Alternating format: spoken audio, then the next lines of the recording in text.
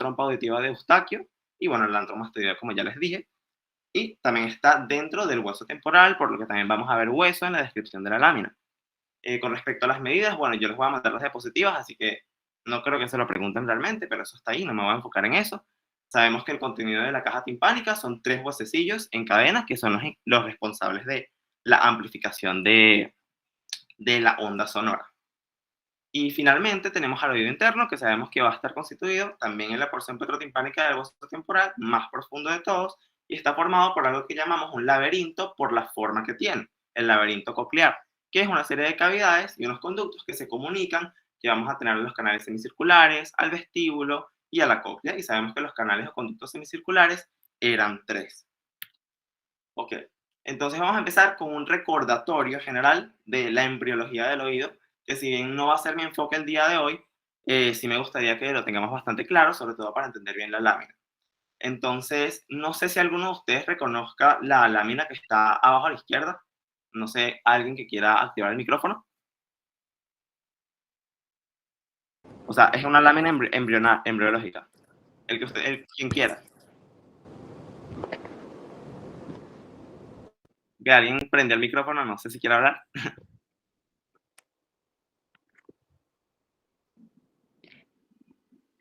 No les dé pena, pues, o sea, literalmente están aquí para aprender, nadie los va a juzgar, o sea, es para resolver sus dudas, pues, o sea, preferible que las tengan aquí y no en el examen.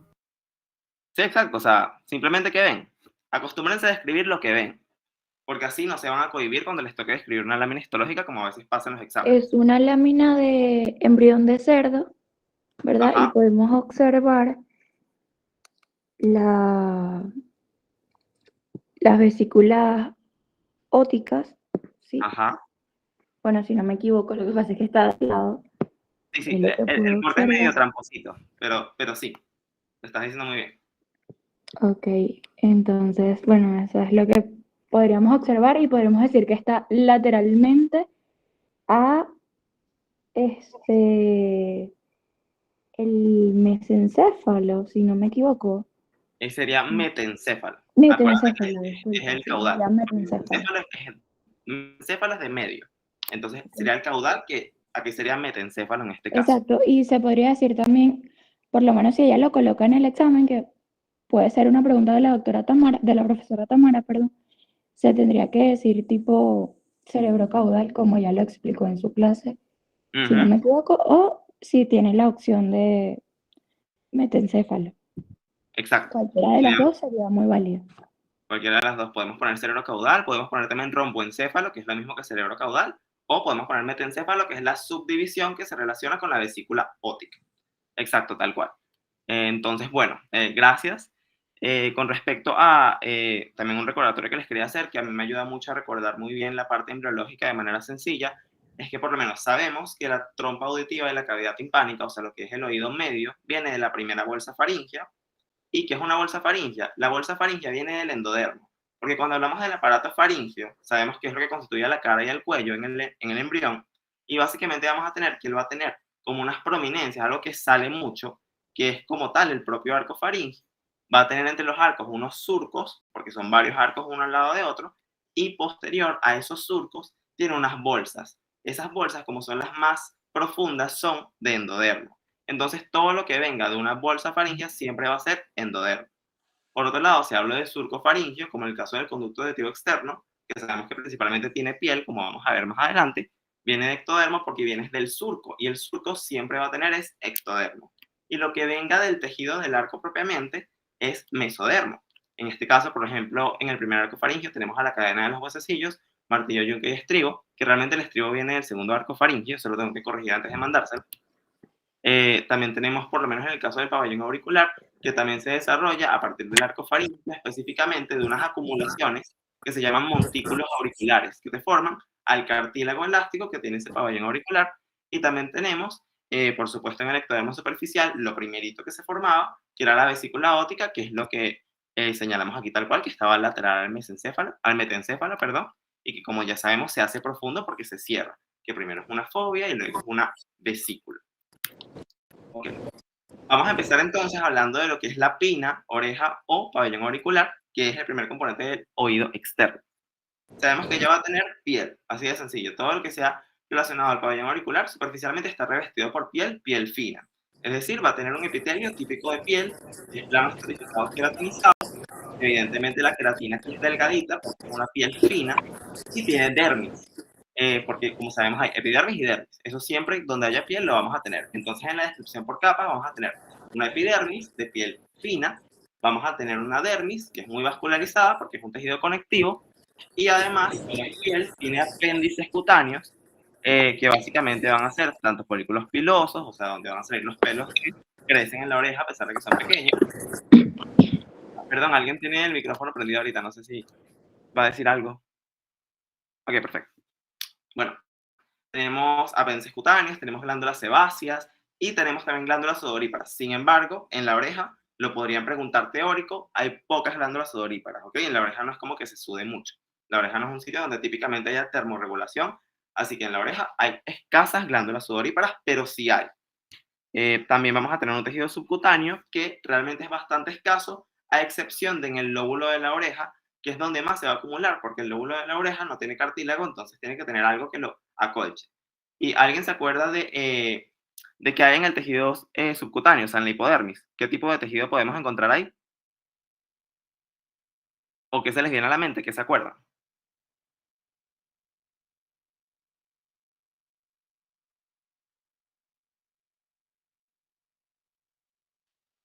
No sé si alguien se acuerda. Acuérdense que tenemos epidermis, dermis, la dermis es conjuntivo y la hipodermis también es conjuntivo, pero en la hipodermis había algo que era como un colchón, así lo describían en la clase. ¿Se acuerdan qué tipo era eso? O sea, ¿era también tejido conectivo, no era tejido conectivo, era especializado? No sé si se acuerdan de algo respecto a eso.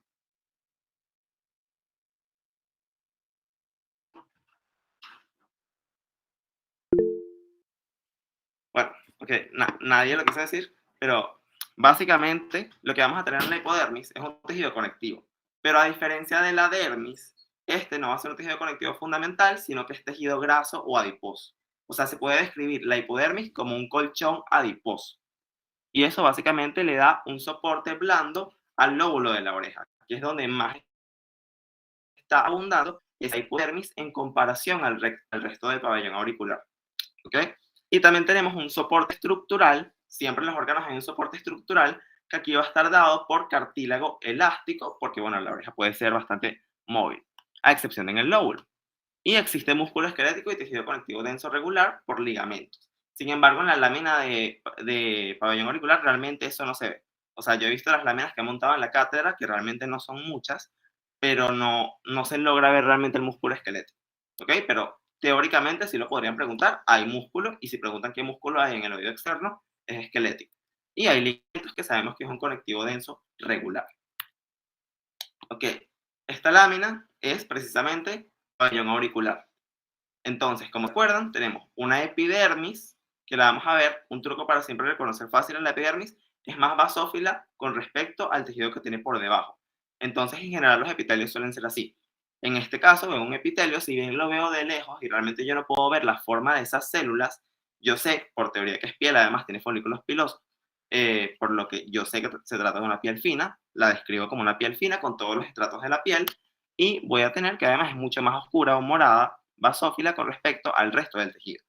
Y por debajo tengo un tejido conectivo que es la dermis, que si nos acordábamos tenía dermis papilar y reticular más abajo, y que la reticular era denso. Y también vamos a tener estas acumulaciones de aquí que están alrededor de los folículos pilosos, siempre se ven como unos racimos que son las glándulas sebáceas que están presentes, como siempre. Vamos a tener glándulas sudoríparas, sin embargo escasas, de hecho en esta lámina no se logra identificar una glándula sudorípara, también quizá por la ampliación, quizá esto por aquí abajo podría corresponder a la glándula sudorípara, pero realmente en oreja o pina prácticamente no hay glándulas sudoríparas, ¿ok? Lo que más vamos a ver es la epidermis, pelo, folículo piloso, glándula sebácea. Y más abajo vamos a encontrar a nuestro cartílago, que si se acuerdan es bastante basófilo en su matriz y además tiene lagunas donde vamos a tener a los condrocitos. Ahora, con respecto a este cartílago, realmente es elástico, lo sabemos es por teoría. No hay un criterio fijo que aquí en esta tinción me permita saber que esto es un cartílago elástico, simplemente sé por teoría por la morfología de la oreja, que es un cartílago elástico. Pero si hay algunas características que a Teresa les gusta preguntar, que es que en el cartílago elástico los condrocitos son más grandes. Entonces, típicamente son grandes y se agrupan en grupos isógenos de A2. Entonces, básicamente, como son condrocitos grandes y en grupos de A2, me sugiere que podría ser cartílago elástico, que teóricamente es verdad. ¿Alguien tiene alguna duda sobre esta lámina? ¿Algo que hayan visto que les haya llamado la atención, que no sepan qué es? ¿O paso a la siguiente? Creo que María Antonia te está escribiendo por el chat. Perdón, como estoy viendo la presentación, no estoy viendo el chat. Voy a ver el chat. No, ya les dije que cualquier cosa que levanten la mano y hablen porque no está viendo el chat. No, pero que hablen y ya, ni siquiera que levanten la mano. O sea, verdad, hablen y ya, como si estuviésemos hablando en la escuela. Ajá, el colchón adiposo, ok. Perfecto, vamos a ver. Bueno, realmente acá, como tenemos cartílago elástico, dijimos que donde hay cartílago no vamos a ver colchón adiposo, ¿ok? Porque la hipodermis es escasa o hasta ausente en la parte donde hay cartílago de la oreja. Si estuviésemos viendo el lóbulo, que lastimosamente no consigue una lámina de lóbulo, pero imaginémonos que vamos a tener esto mismo, solo que en vez de tener aquí cartílago, vamos a tener tejido adiposo, que como sabemos se va a ver muy vaporado.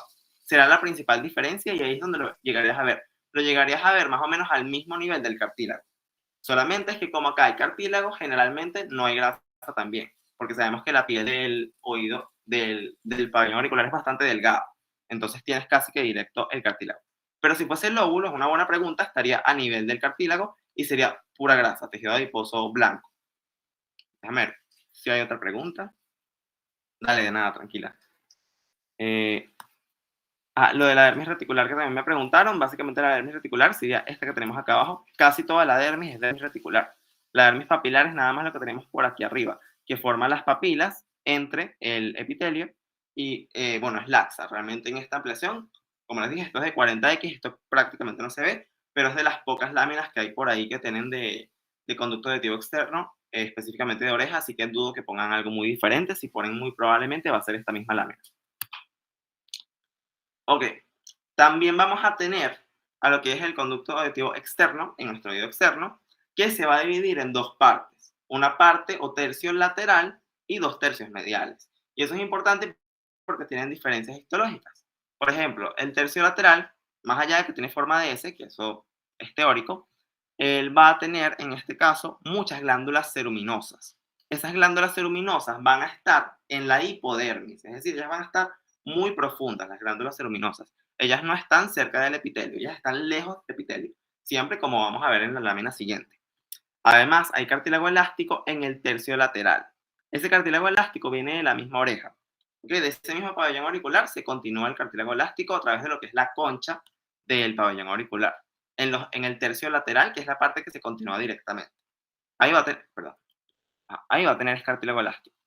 Y en la parte más interna del conducto auditivo externo, hasta que llega a la membrana timpánica, podemos dividirlo, esto sería externa, este es cartílago, interna, en los dos tercios mediales, él en vez de tener cartílago, va a tener hueso, que es el hueso temporal, como habíamos visto anteriormente.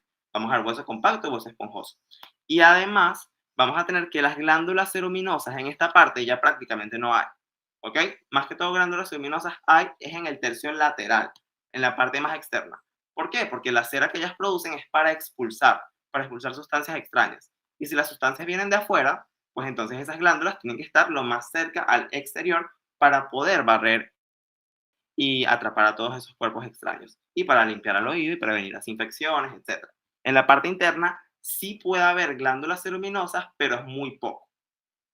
Ahora, ¿alguien se acuerda del concepto de la glándula ceruminosa? Igual pueden leer abajo. Pero, ¿cómo ven ustedes la glándula ceruminosa? ¿O cómo se la imaginan o cómo la han visto en los exámenes?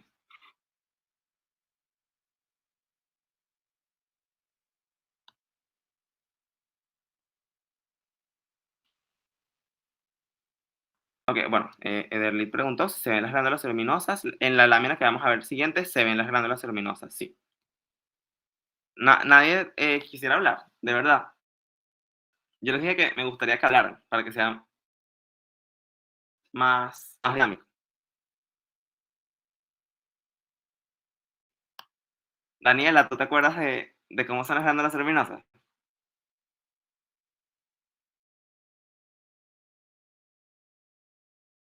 que eran glándulas sudoríparas y se encargaban de producir cera, pero no me sé las características.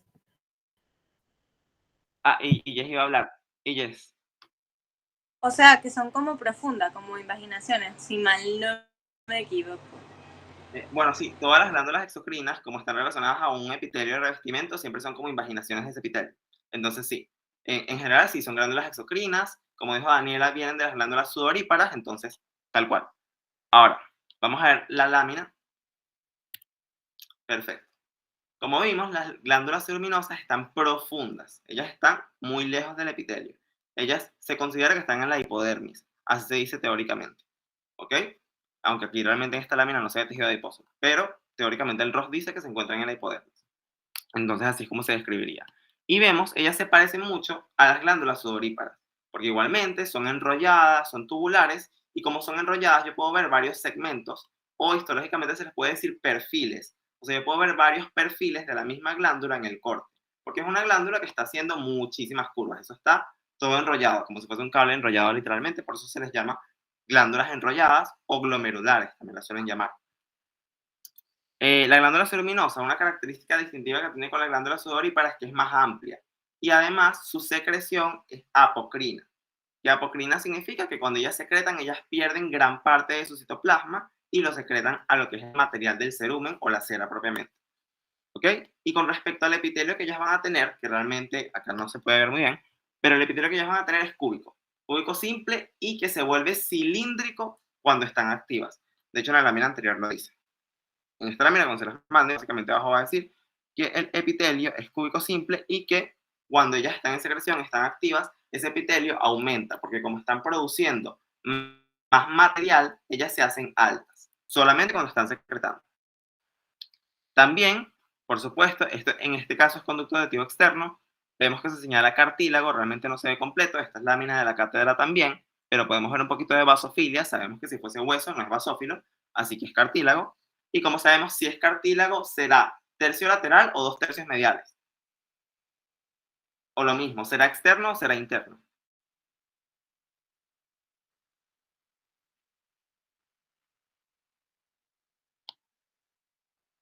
A ver, Illes. Creo que es externo. Ah, ya, Exacto, Lincoln será, contestó por el chat que externo.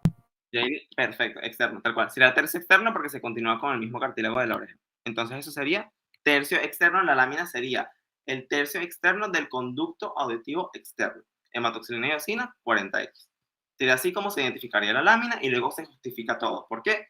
Porque tiene cartílago elástico, en este caso se reconoce por su matriz basófila, en sus planos más profundos. También va a tener glándulas ceruminosas abundantes en lo que es la hipodermis y por supuesto va a estar constituida superficialmente por una piel fina con sus componentes que ya conocemos. Ahora acá no hay glándulas sudoríparas.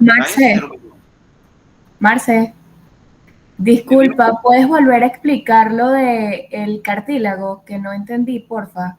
Sí, tranquila, ya lo vuelvo a repetir. Ok. Bueno, lo que estaba mencionando es que esto se trata del tercio lateral o externo, del conducto auditivo externo, porque no hay huesos sino cartílago. Ok. En esta lámina realmente no se ve el cartílago perfecto, pero si ustedes ven en esta parte se ve basófilo, se ve morado. Y uno de los tejidos que nosotros vimos que tenía una matriz basófila o morada era el cartílago. Si fuese hueso, él más bien se vería muy rosado, porque el hueso es muy eosinófilo, todo lo contrario del cartílago. Entonces, en este caso, yo estoy identificando acá que hay un cartílago y por consiguiente, si hay cartílago, tengo que es conducto auditivo externo en su tercio lateral. Básicamente es eso. No sé si ahora sí te queda más claro. Sí, Marce, gracias. Dale. Y también, lo otro importante, lo que les dije de las glándulas ceruminosas. Ellas son muy abundantes, es en la parte externa. Si esto fuese interno, no habría prácticamente glándulas ceruminosas, vería hueso y vería piel. Es lo que vería de distinto. Pero esa lámina no sale en el ROS, no sale en el Geneser, no la conseguí. Ok. Con respecto a patologías del conducto auditivo externo, vamos a tener un tipo de tumor que se llama adenoma. Adenoma de las glándulas ceruminosas. Es importante porque, bueno, las glándulas ceruminosas suelen ser muy afectadas patológicamente. En esta lámina, obviamente, se ve muy amorfo porque es un tumor, pero típicamente sabemos que es una neoplasia benigna siempre que se llame adenoma, no adenocarcinoma, sino solo adenoma. O sea, el nombre cortico es porque es benigno. Entonces es una neoplasia benigna acapsular porque no tiene tejido conectivo alrededor. Y básicamente todas estas células que vemos aquí son células de las glándulas ceruminosas, como vemos son cúbicas, son epiteliales cúbicas, que crecen y se desorganizan y crecen en un patrón papilar, o sea, forman como deditos. También podrían formar mallas, por ejemplo, que se llama patrón cribiforme, o incluso pueden formar quistes. De hecho, esta parte que se ve aquí es un quiste. Entonces, realmente acá tiene un patrón mixto, tiene tanto papilar como quiste. ¿Ok? Y las células son igualitas a las células que vamos a encontrar en las células de las glándulas ceruminosas, es decir, cúbicas con núcleo central y redondo. Las células tienen un aspecto normal. Y además se hialiniza lo que es la matriz, que se hialinice significa que el tejido conectivo que hay ahí de esa hipodermis empiezan los fibroblastos a producir muchísimo colágeno y otras sustancias que se acumulan y terminan viéndose como estos cuerpos aquí muy extrañamente eosinófilos, que obviamente no son normales porque eso no lo veíamos en la lámina original. Ahora, en esta lámina, yo sé que no se ven todos los planos porque por lo general cuando te presentan este tipo de patologías, se ve la lámina como fragmentada, sobre todo en el adenoma. Los atlas de patología suelen decir que la lámina se ve solamente una parte de ella y no se logran reconocer todos los planos. Sin embargo, siempre que te den una lámina histológica o patológica, deberían identificar a qué corresponde, sobre todo cuando es patológica. Pero básicamente lo que estaremos viendo es estas glándulas ceruminosas que estarían crecidas de tamaño, recrecidas, forman múltiples capas de células y forman ese crecimiento en forma de dedos o papilar que caracteriza el tumor. Y por supuesto esto es benigno, solamente forma un nódulo que obstruye al conducto adhesivo externo. Y la otra patología que también les quería mostrar era el adenocarcinoma, distinto al adenoma porque sí es maligno, en el cual básicamente vemos que todo esto, que son puras glándulas ceruminosas, las reconozco también por la basofilia del citoplasma, porque se tiñe bastante, ellas que deberían estar en la hipodermis profundas aquí abajito, invaden literalmente hasta la dermis papilar. Eso produce una invasión, y la invasión siempre es un tumor maligno. Que eso es característico de por qué tenemos que saber que las glándulas ceruminosas deben estar en la hipodermis y no en otros planos más superficiales. ¿Ok? Y bueno, también hay otras características que también les quería introducir un poquito. No sé si eso lo hayan visto ya en algunos casos que hayan presentado con los profesores, pero por lo menos la malignidad también se caracteriza por la atipia celular, que es que esas células, si las viéramos más de cerca, tienen núcleos muy grandes, muy hipercromáticos y se llaman células pleomórficas, o sea que tienen muchas formas. Son formas son amorfas, literalmente pleomórficas. Acuérdense de que son células completamente amorfas, no que van a ser cúbicas, son células completamente amorfas porque están alteradas. Y finalmente, otra patología que tenemos también es una otitis externa necrotizante que se produce por una infección por pseudomonas, que es una bacteria bastante horrible de tratar en realidad, y que puede producir mortalidad por la disgregación de la bacteria, pero lo importante aquí es que se produce una ulceración. La ulceración que se produce es porque la piel que había por encima, que tenía un epitelio, se degrada, se desgasta y se expone directamente al tejido conectivo. O sea, básicamente el epitelio dijo adiós. El epitelio se fue y ahí nosotros tenemos una úlcera, una ulceración. En ese caso es característico de una otitis necrotizante, que eso también suele ser bastante grave, una de las formas más graves de otitis externa que pueden existir. Y por supuesto, toda esta parte basófila sería un infiltrado inflamatorio mixto que puede tener neutrófilos, linfocitos, etc. Y también es necrotizante porque en el tejido conectivo de la dermis, vamos a ver en la dermis reticular, zonas donde todo es completamente eosinófilo y no hay núcleos. Hay un patrón completamente hialino, muy eosinófilo, sin núcleos, que me indica que hay una muerte celular por una necrosis. Eso también es característico de esta enfermedad. Ok, y con las glándulas ceruminosas se menciona, de hecho lo dijeron en clase, pero lo dijeron muy por encima, que existen unas células que se llaman mioepiteliales. Fácil de recordar, mio porque son parecidas a las musculares, son contráctiles, y epiteliales porque ellas tienen un origen embriológico del ectodermo. Ellas no vienen como el músculo del mesodermo, sino lo hacen del ectodermo, específicamente de la cresta neural. Básicamente ellas están alrededor de los adenómeros de las glándulas ceruminosas y ellas se contraen para facilitar la excreción. Y en realidad, no solamente con las glándulas ceruminosas, las glándulas sudoríparas en la piel, etcétera, también tienen células mioepiteliales alrededor que se organizan, realmente no se ven histológicamente, pero sí lo pueden preguntar de forma teórica, y su contracción activa una eyección del material que la glándula está secretando, para que así pueda haber un epitelio de revestimiento. Entonces, como dijimos, son contráctiles, rodean a los adenómeros, son alargadas porque ellas son como músculos y tienen forma de estrella. Ellas típicamente tienen forma de estrella y sus prolongaciones envuelven al adenómero. Perfecto. Ok. Ya terminamos con conducto auditivo externo. No sé si haya quedado alguna duda o si continúo. Cualquier cosa voy a ver el chat un momentico. Ok. Creo que no tienen preguntas de eso. Igualmente las láminas yo se las voy a pasar todas para cuando quieran repasar. Ahora, la membrana timpánica, ya como dijimos, es la separación entre conducto externo y el oído medio. Ella es trilaminar, o sea, ella va a tener 3 capas. Yo voy a reconocer 3 capas en la membrana timpánica y las 3 las tengo que describir. Ella es semitransparente y básicamente es una separación, es un tabique. Las capas van a ser una capa externa o cara externa, que también se llama cuticular. Cuticular va a estar relacionado con piel, en este caso. Una piel sin anexos va a tener su epitelio y una dermis bastante delgada, pero no tiene anexos. Ahí no va a haber pelo, ahí no va a haber glándulas sebáceas, ni glándulas sudoríparas, nada. Simplemente va a ser la piel sin sus anexos. Esa es la capa cuticular y da con el conducto auditivo externo, porque es continuación de la misma piel del conducto auditivo externo. Luego tenemos un centro de tejido conectivo, como lo llama Ross, o también como lo llamaron en clase, una capa fibrosa. Esa capa fibrosa tiene fibras de colágeno, fibras elásticas y fibroblastos, porque es un tejido conectivo denso. Y se organiza en 2 subcapas o estratos, que son uno radiado, que es el más externo, el más cercano a la capa externa, y uno circular, que es el más interno o cercano a la mucosa. Y básicamente se encarga de darle la forma y la resistencia o rigidez a la membrana timpánica, porque ella tiene que tener una rigidez porque ella es la que recibe la onda sonora. Y luego tenemos una cara interna que es la mucosa, que en este caso no hay piel, no es queratinizado, sino simplemente tiene un epitelio plano simple, que es el epitelio más abundante en el oído medio y en el oído interno, de hecho, y una lámina propia, porque todas las mucosas tienen epitelio y lámina propia, y nunca se les puede olvidar describir las 2 cosas. Y la lámina propia es un tejido conectivo laxo. La lámina propia es laxa.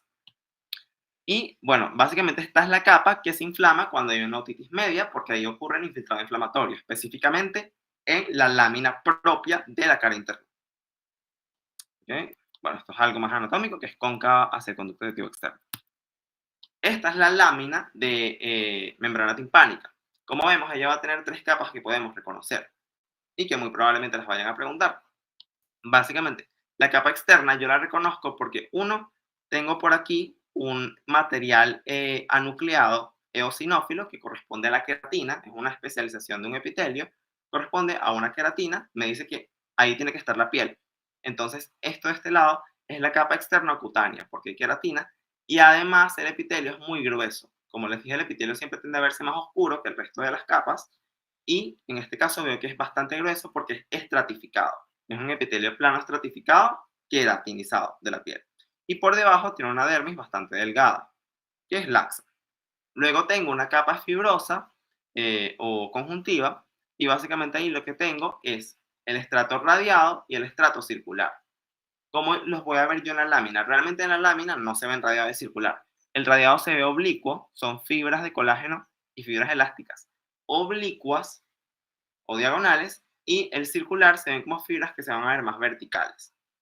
El radiado es más externo y el circular es más interno. Y luego tengo la capa mucosa, que voy a reconocerla porque paso de tener un tejido conectivo denso otra vez a algo laxo con muchísimas células, y esto es la lámina propia de la mucosa, y en su superficie veo que la tapiza una única hilera de células porque es un epitelio plano simple.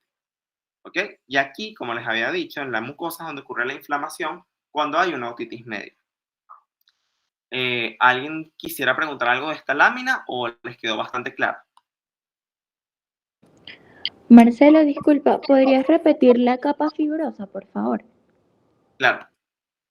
Ok, la capa fibrosa. Ella es la intermedia, la capa intermedia, se encuentra entre ambas caras y es un tejido conectivo denso que tiene tanto colágeno como fibras elásticas y que le da estructura.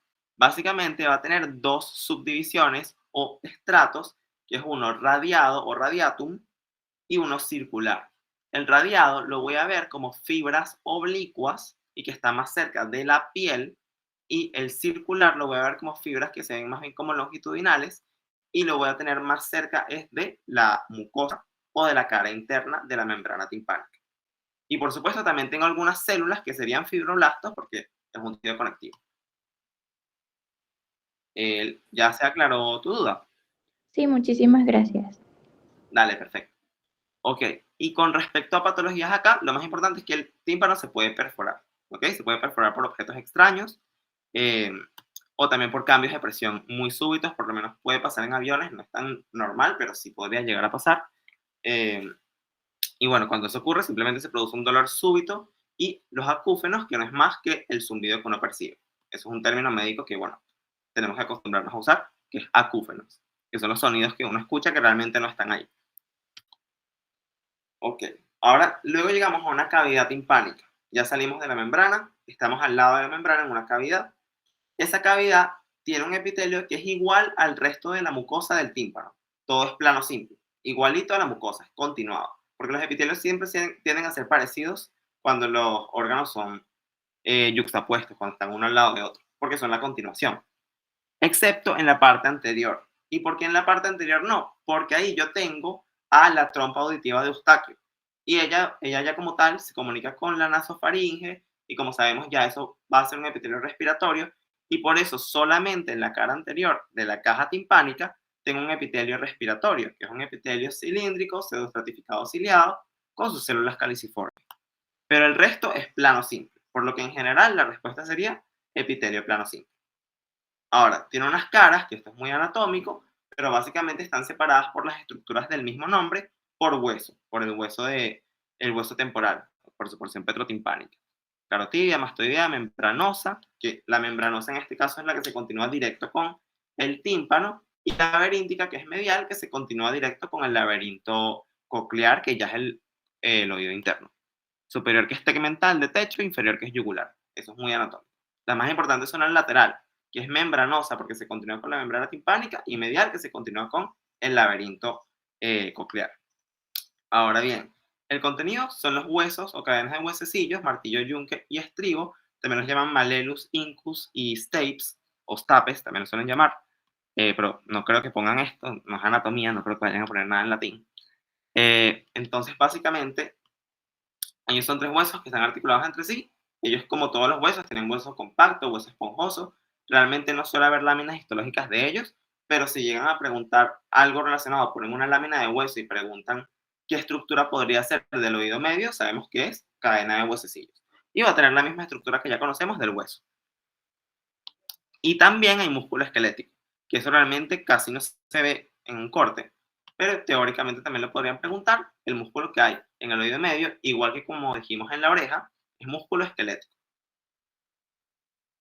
Ahora, siguiendo, tenemos a la trompa de Eustaquio o trompa auditiva. En este caso, ella sabemos que va a tener un epitelio respiratorio igualito que el epitelio de la nasofaringe porque ya se comunica con ella. Como dijimos, la cara anterior de la caja timpánica tenía el orificio de la trompa de Eustaquio, tiene a su epitelio respiratorio y la trompa de Eustaquio, se continúa también con un epitelio respiratorio. Trompa de Eustaquio o trompa auditiva. Se pueden poner como cualquiera de las dos. Y ella se divide en dos porciones según si tiene hueso o si tiene cartílago, parecido al conducto auditivo externo. Su parte más proximal, como está cerca del hueso temporal, tiene hueso. Y la lámina propia se continúa con el periósteo de ese hueso. Y su epitelio respiratorio es una mucosa. Y luego tengo la parte distal, que en este caso ya no tiene hueso, sino cartílago elástico, que es el cartílago de la trompa auditiva, en su parte más lateral principalmente. Y además tiene, por supuesto, un epitelio respiratorio también.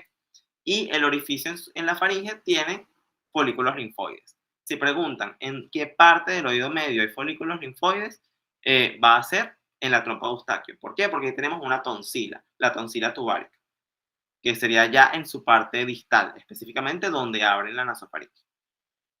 Y bueno, más anatómico, se abre por acción de los músculos palatinos durante el bostezo. Y su función es para regular la presión entre el oído medio y el oído externo, porque el oído medio está lleno de aire.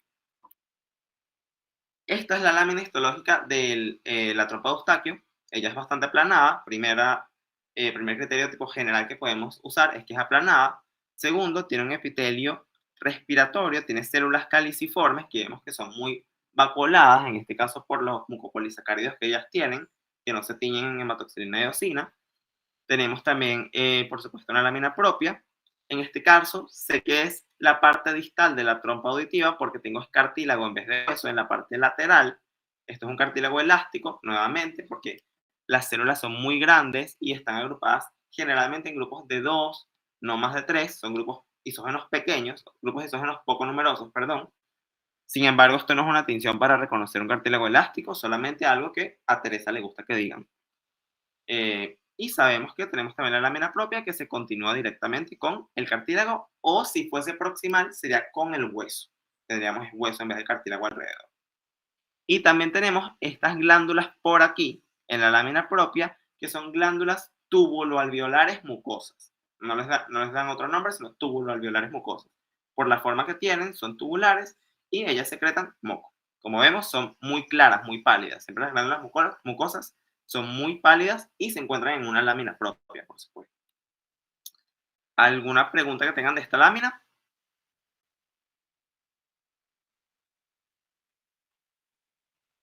Ok, creo que ninguna. Perfecto. Está bien. Vamos a la siguiente. Perfecto. Ahora vamos con el oído interno.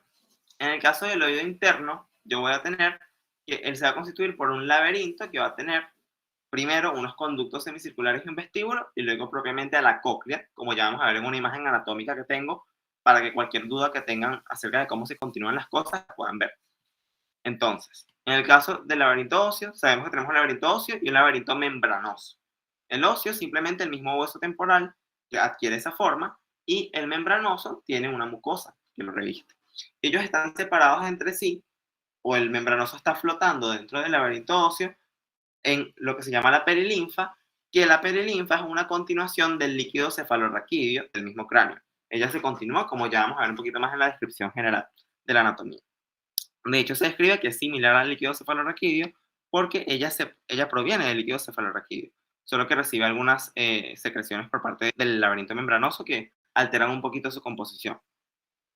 Ahora bien, el laberinto óseo, vestíbulo, cóclea y conductos semicirculares, que sabemos que son 3. Uno anterior, uno posterior y uno lateral, y que todos ellos eran perpendiculares entre sí. Y un laberinto membranoso, todas estas partes también tienen una parte membranosa que tiene su conducto semicircular con su endolinfa. Ok, hay una perilinfa y una endolinfa. Endolinfa es la que está dentro del laberinto membranoso, y perilinfa separa a la parte ósea de la parte membranosa. Esa es la diferencia entre las dos, pero ambas son fluidos que están contenidos dentro del laberinto. En este caso sabemos que los conductos semicirculares, cuando llegan al vestíbulo, tienen un ensanchamiento llamado ampolla, y en esa ampolla van a tener, por supuesto, a unas crestas ampollares, que no es más que una parte especializada, un órgano especializado de ese epitelio membranoso, que va a tener función de percepción del equilibrio y pertenece al sistema vestibular. Por eso se llama sistema vestibular, porque está en el vestíbulo. Entonces, uno de los componentes del sistema vestibular son las crestas ampulares o crestas ampollares de los conductos semicirculares, y que se da cuando ellos se unen al vestíbulo, que es, digamos, la parte gruesa que los recibe. Ahora, sabemos que estas células pasan de ser antes un epitelio que todo era plano, como les dije en el oído interno, igual que en el oído medio. Ese epitelio va a ser predominantemente plano, simple, es el epitelio típico del oído interno y medio, pero en las zonas especializadas es cilíndrico.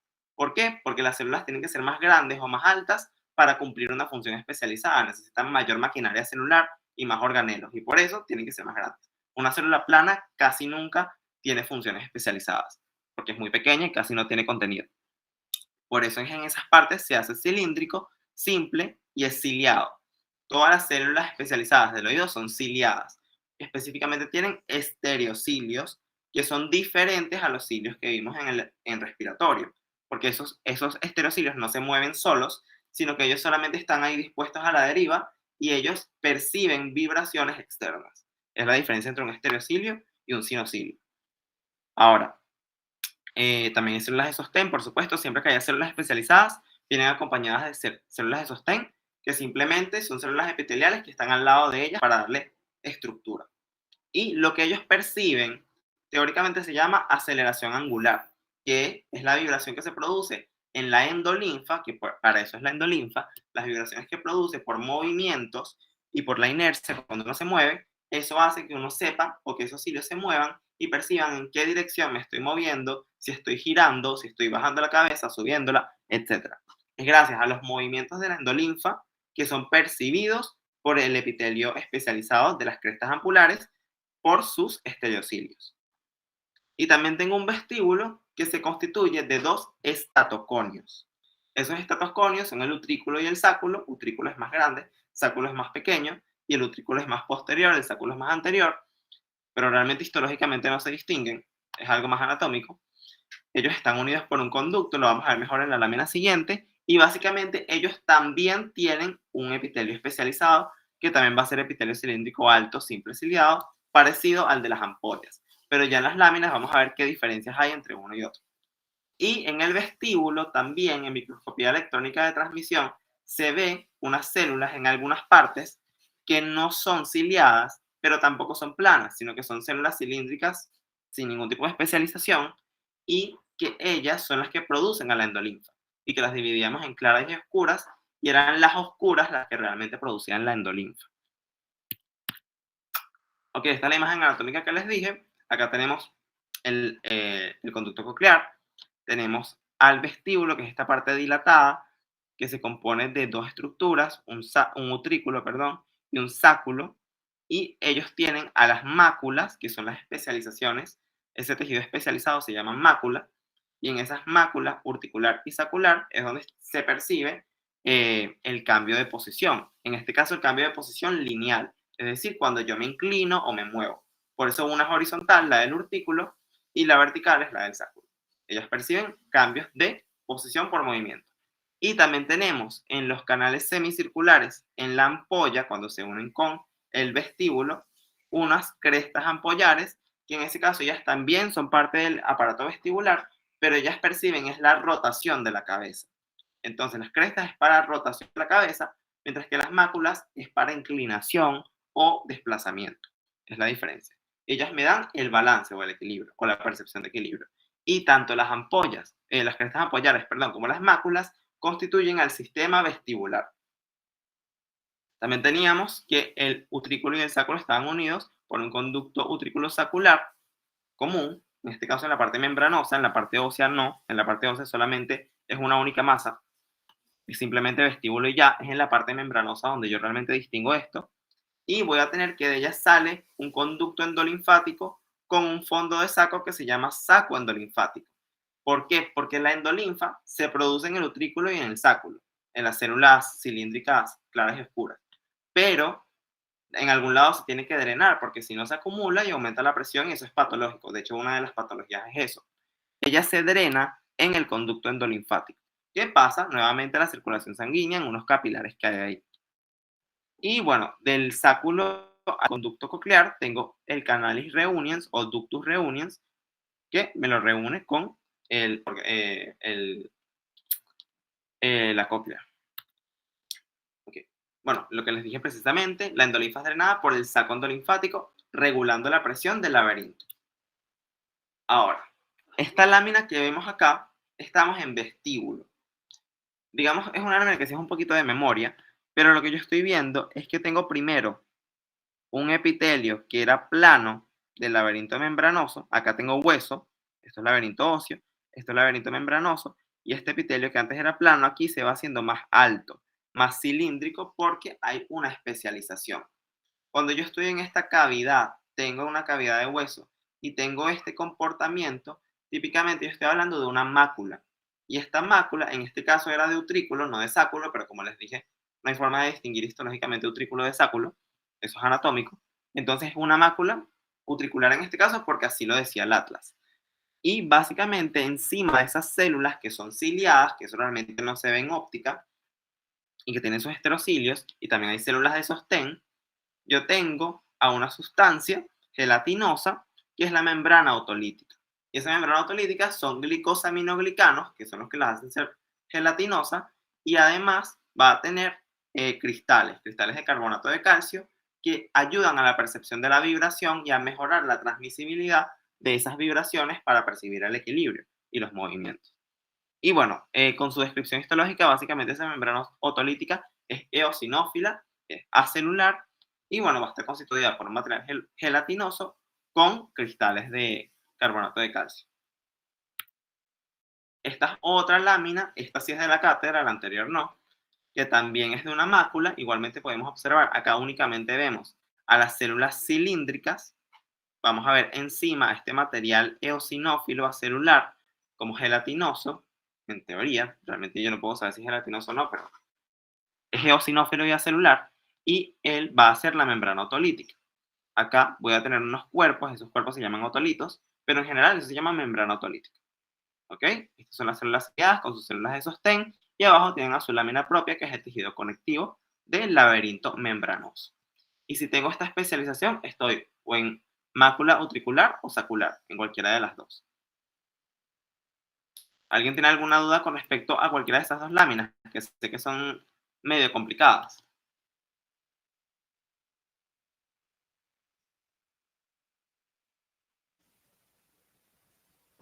Ok, creo ¿Podría que repetir esa última, Marcelo, porfa?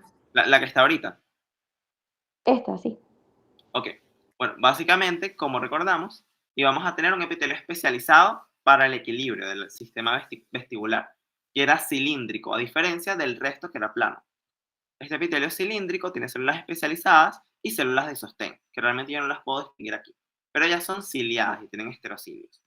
Arriba de ellas, o suprayacentemente, como se puede describir mejor, suprayacentemente a ellas, o superficialmente a ellas, tengo una membrana acelular eosinófila que se conoce como membrana otolítica, que es un material gelatinoso, y que tenía unos otolitos que son como un polvo, unas piedritas de carbonato de calcio, que ayudaban a percibir y transmitir las vibraciones en los movimientos. Y debajo de ella tengo al tejido conectivo o lámina propia. ¿Por qué? Porque esto sigue siendo una mucosa. Y si esto sigue siendo una mucosa, sigue teniendo una lámina propia, que en este caso es su tejido conectivo laxo. Bueno, aquí también se describe que hay fibras nerviosas. Realmente eso no se ve también aquí porque no puedo ver paquetes de fibras nerviosas, pero sí es importante mencionar que si estas son células especializadas y perciben un estímulo, hacen sinapsis con alguien. ¿Con quién es ese alguien? Con el nervio vestibular. Nervio vestibular porque es sistema vestibular. Y bueno, esto se le puede llamar epitelio especializado o sensorial, o epitelio de la mácula utricular o mácula sacular. ¿Listo? O Marcela, ¿podrías explicar la lámina anterior la anterior. Ok, otra vez? ok. Ajá. Esta anterior se ve un poquito más de lejos, entonces yo puedo ver acá exactamente lo mismo. Veo unas células alargadas, cilíndricas. Arriba de ellas voy a ver una membrana acelular eosinófila, que es la membrana otolítica, con las mismas características. Por debajo tengo tejido conectivo. En este caso, la parte del epitelio es lo que se ve más oscuro. El tejido conectivo se ve menos teñido porque tiene más sustancia fundamental. Y voy a tener también acá como el epitelio antes era plano, antes era delgadito todo, y se fue haciendo más alto o cilíndrico por la especialización. De hecho, esta lámina es Histology Guide, entonces la pueden sacar de ahí si quieren buscar, o sea, rebuscarse la pregunta. Y probablemente pondrían esta. Pero sí, básicamente es eso. Tenía un epitelio antes plano, antes el laberinto membranoso era delgado, se hace alto, más grueso, porque las células se hacen cilíndricas, y hay una membrana otolítica por encima, que es acelular y eosinófila. ¿Listo? Sí, gracias. Dale, perfecto. Ok. Listo por aquí. Marce, Dime. entonces a la hora de describirla, por ejemplo, en el quiz o en el examen, sería básicamente con esas dos cosas, ¿verdad? ¿Sí? Simplemente tendrías que describir que hay un epitelio cilíndrico, que es ciliado, que tiene una membrana otolítica por encima, que es acelular, que es eosinófila, y que, bueno, tiene otolitos de carbonato de calcio, y por debajo tiene un tejido conectivo laxo. Ok, gracias. Sería esa la descripción. Perfecto. Y en ese aparato vestibular o sistema vestibular, las células sensoriales se pueden clasificar en tipo 1 y tipo 2. De hecho, esto lo mencionaron en clase, ahorita tengo la imagen también. Las tipo 1 es porque son más piriformes y las tipo 2 son más cilíndricas. Las tipo 1, que son piriformes, tienen forma como de globito o de pera. Ellas tienen un núcleo que está alejado de la luz, es un núcleo más basal. porque ellas están como si fuesen estranguladas por el nervio vestibular, por eso es que son piriformes y el núcleo queda hacia abajo. Y bueno, los bordes sinápticos del nervio vestibular la revisten casi completamente, porque están haciendo una sinapsis. También tengo una imagen de eso ahorita en microscopía electrónica. Y tienen estereocilios y sinocilios, las dos. Y las tipo 2 son cilíndricas, el núcleo más bien es más apical, y en este caso los bordes del nervio vestibular también están presentes, pero la revisten solamente en su parte basal. Por eso no, como que no la estrangula, y por eso es que no le da forma piriforme, sino forma cilíndrica. Entonces las tipo 1 son las más importantes y las principales en la actividad, por eso acuérdense que son las tipo 1, y tienen más contacto con el nervio vestibular. Y como tienen más contacto con el nervio vestibular, quedan estranguladas y por eso quedan con forma piriforme y núcleo basal. Las tipo 2 son de menor importancia, pero también son funcionales, y ellas no quedan estranguladas por el nervio vestibular porque tienen menos contacto con él y por eso son cilíndricas y de núcleo apical. Además, por supuesto, hay células de sostén, que también son células cilíndricas, que forman parte del mismo epitelio. Y su localización también es basal. Okay. Ahora, esta otra lámina, distinta a la anterior, la podemos distinguir porque esto es una cresta. También es parte del sistema vestibular. También hay células cilíndricas y de sostén especializadas. También hay una membrana otolítica, que en este caso se le llama cúpula, pero la diferencia es que él tiene forma de cresta. Si veíamos a la mácula, ella se veía como un engrosamiento, pero era bastante amplia. Mientras que la cresta ampular es literalmente como, es digitiforme. Se le puede escribir como digitiforme o que tiene forma de cresta. Ella es bastante delgada. No como la mácula, que era más bien ancha. Ella es delgada. Y en este caso, son las mismas características, a excepción de que a la membrana otolítica la voy a llamar cúpula. Que bueno, tiene forma de cúpula. Ahí te puedes acordar, como tiene forma de cúpula, acá no es membrana otolítica, sino cúpula. Todo lo demás es exactamente igual. Ok, esta es otra imagen, también de cresta ampular. ¿Alguien se atrevería a describirla ahorita? Si yo le preguntase a alguien cómo describirían esta lámina, ¿cómo lo responderían en el examen? El que quiera practicar para el examen.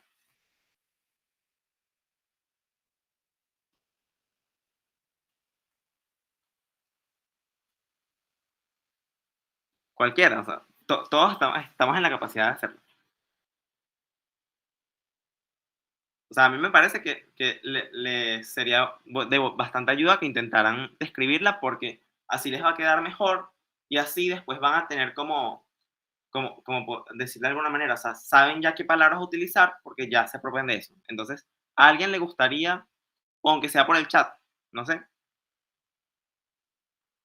sea, para que entre todos podamos como orientarnos. Para describirla sería como que está compuesta por un epitelio cilíndrico simple y que en su superficie va a tener la cúpula y tiene forma de cresta. Ok, exacto. ¿Y ese epitelio cilíndrico simple sería? ¿O qué función tendría?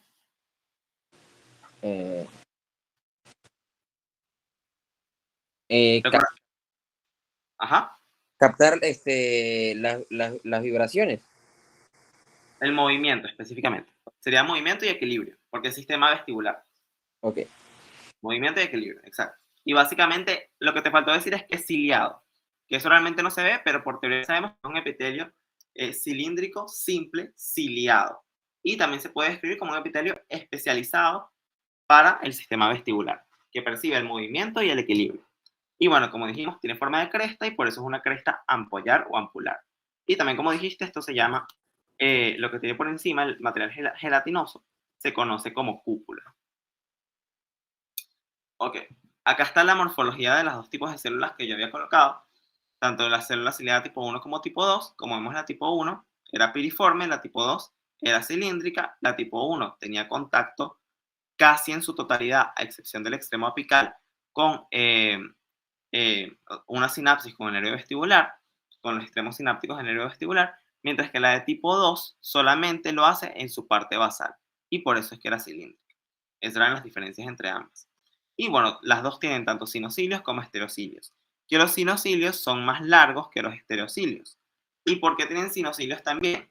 Sinocilios son los que son móviles, ellos sí se mueven, porque cuando tú produces un movimiento, el esterocilio lo percibe, es arrastrado, se produce la señal, produce la sensación o percepción del cambio de movimiento, y luego el sinocilio realiza un movimiento retrógrado, o sea, hacia el otro lado, para restablecer la posición original, que de esa manera vuelve a funcionar el sistema como lo hacía originalmente. Esa es la función del sinocilio, a diferencia del esterocilio en esta célula. El sinocilio, como se mueve, restablece la posición original. Y esto es una microscopía electrónica de transmisión de una sinapsis especial que se llama sinapsis en cinta, que es característica de las células ciliadas con los nervios vestibulares.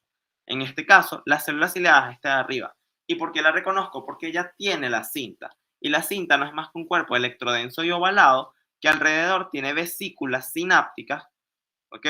No sé por qué la llaman cinta realmente, pero es así, un cuerpo central con vesículas sinápticas alrededor, y esas vesículas sinápticas tienen a los neurotransmisores, y del otro lado tengo la prolongación o la fibra del nervio vestibular, y esto es una hendidura sináptica.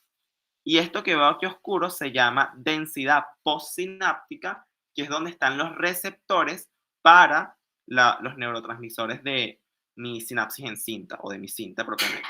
Entonces, esto de acá arriba es la célula ciliada porque tiene la cinta, y lo de abajo es el nervio vestibular porque tiene la densidad postsináptica.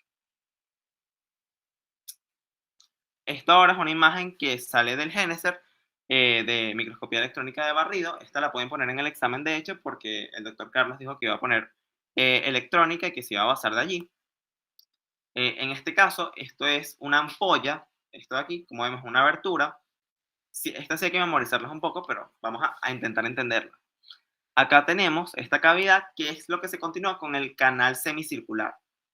La abertura del canal semicircular o la ampolla del canal semicircular, y aquí esto que vemos de este lado, que es como saliente, es la cresta ampular, que es donde en el caso de los canales semicirculares teníamos al sistema vestibular con su epitelio especializado.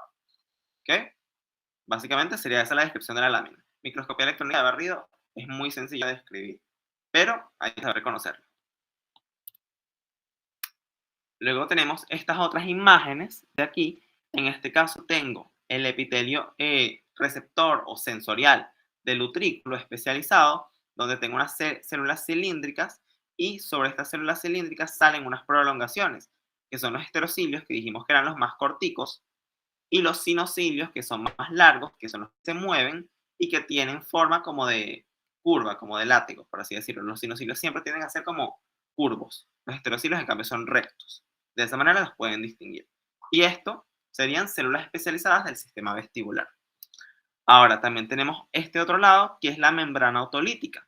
Veo igualmente los esterocilios de las células especializadas, y por arriba veo unos cristales. Esos cristales son de carbonato de calcio y son los que constituyen a los otolitos, o sea, piedras, otolitos, de la membrana otolítica, y se encargan de transmitir o intensificar esos movimientos o esas vibraciones que se producen como consecuencia del movimiento.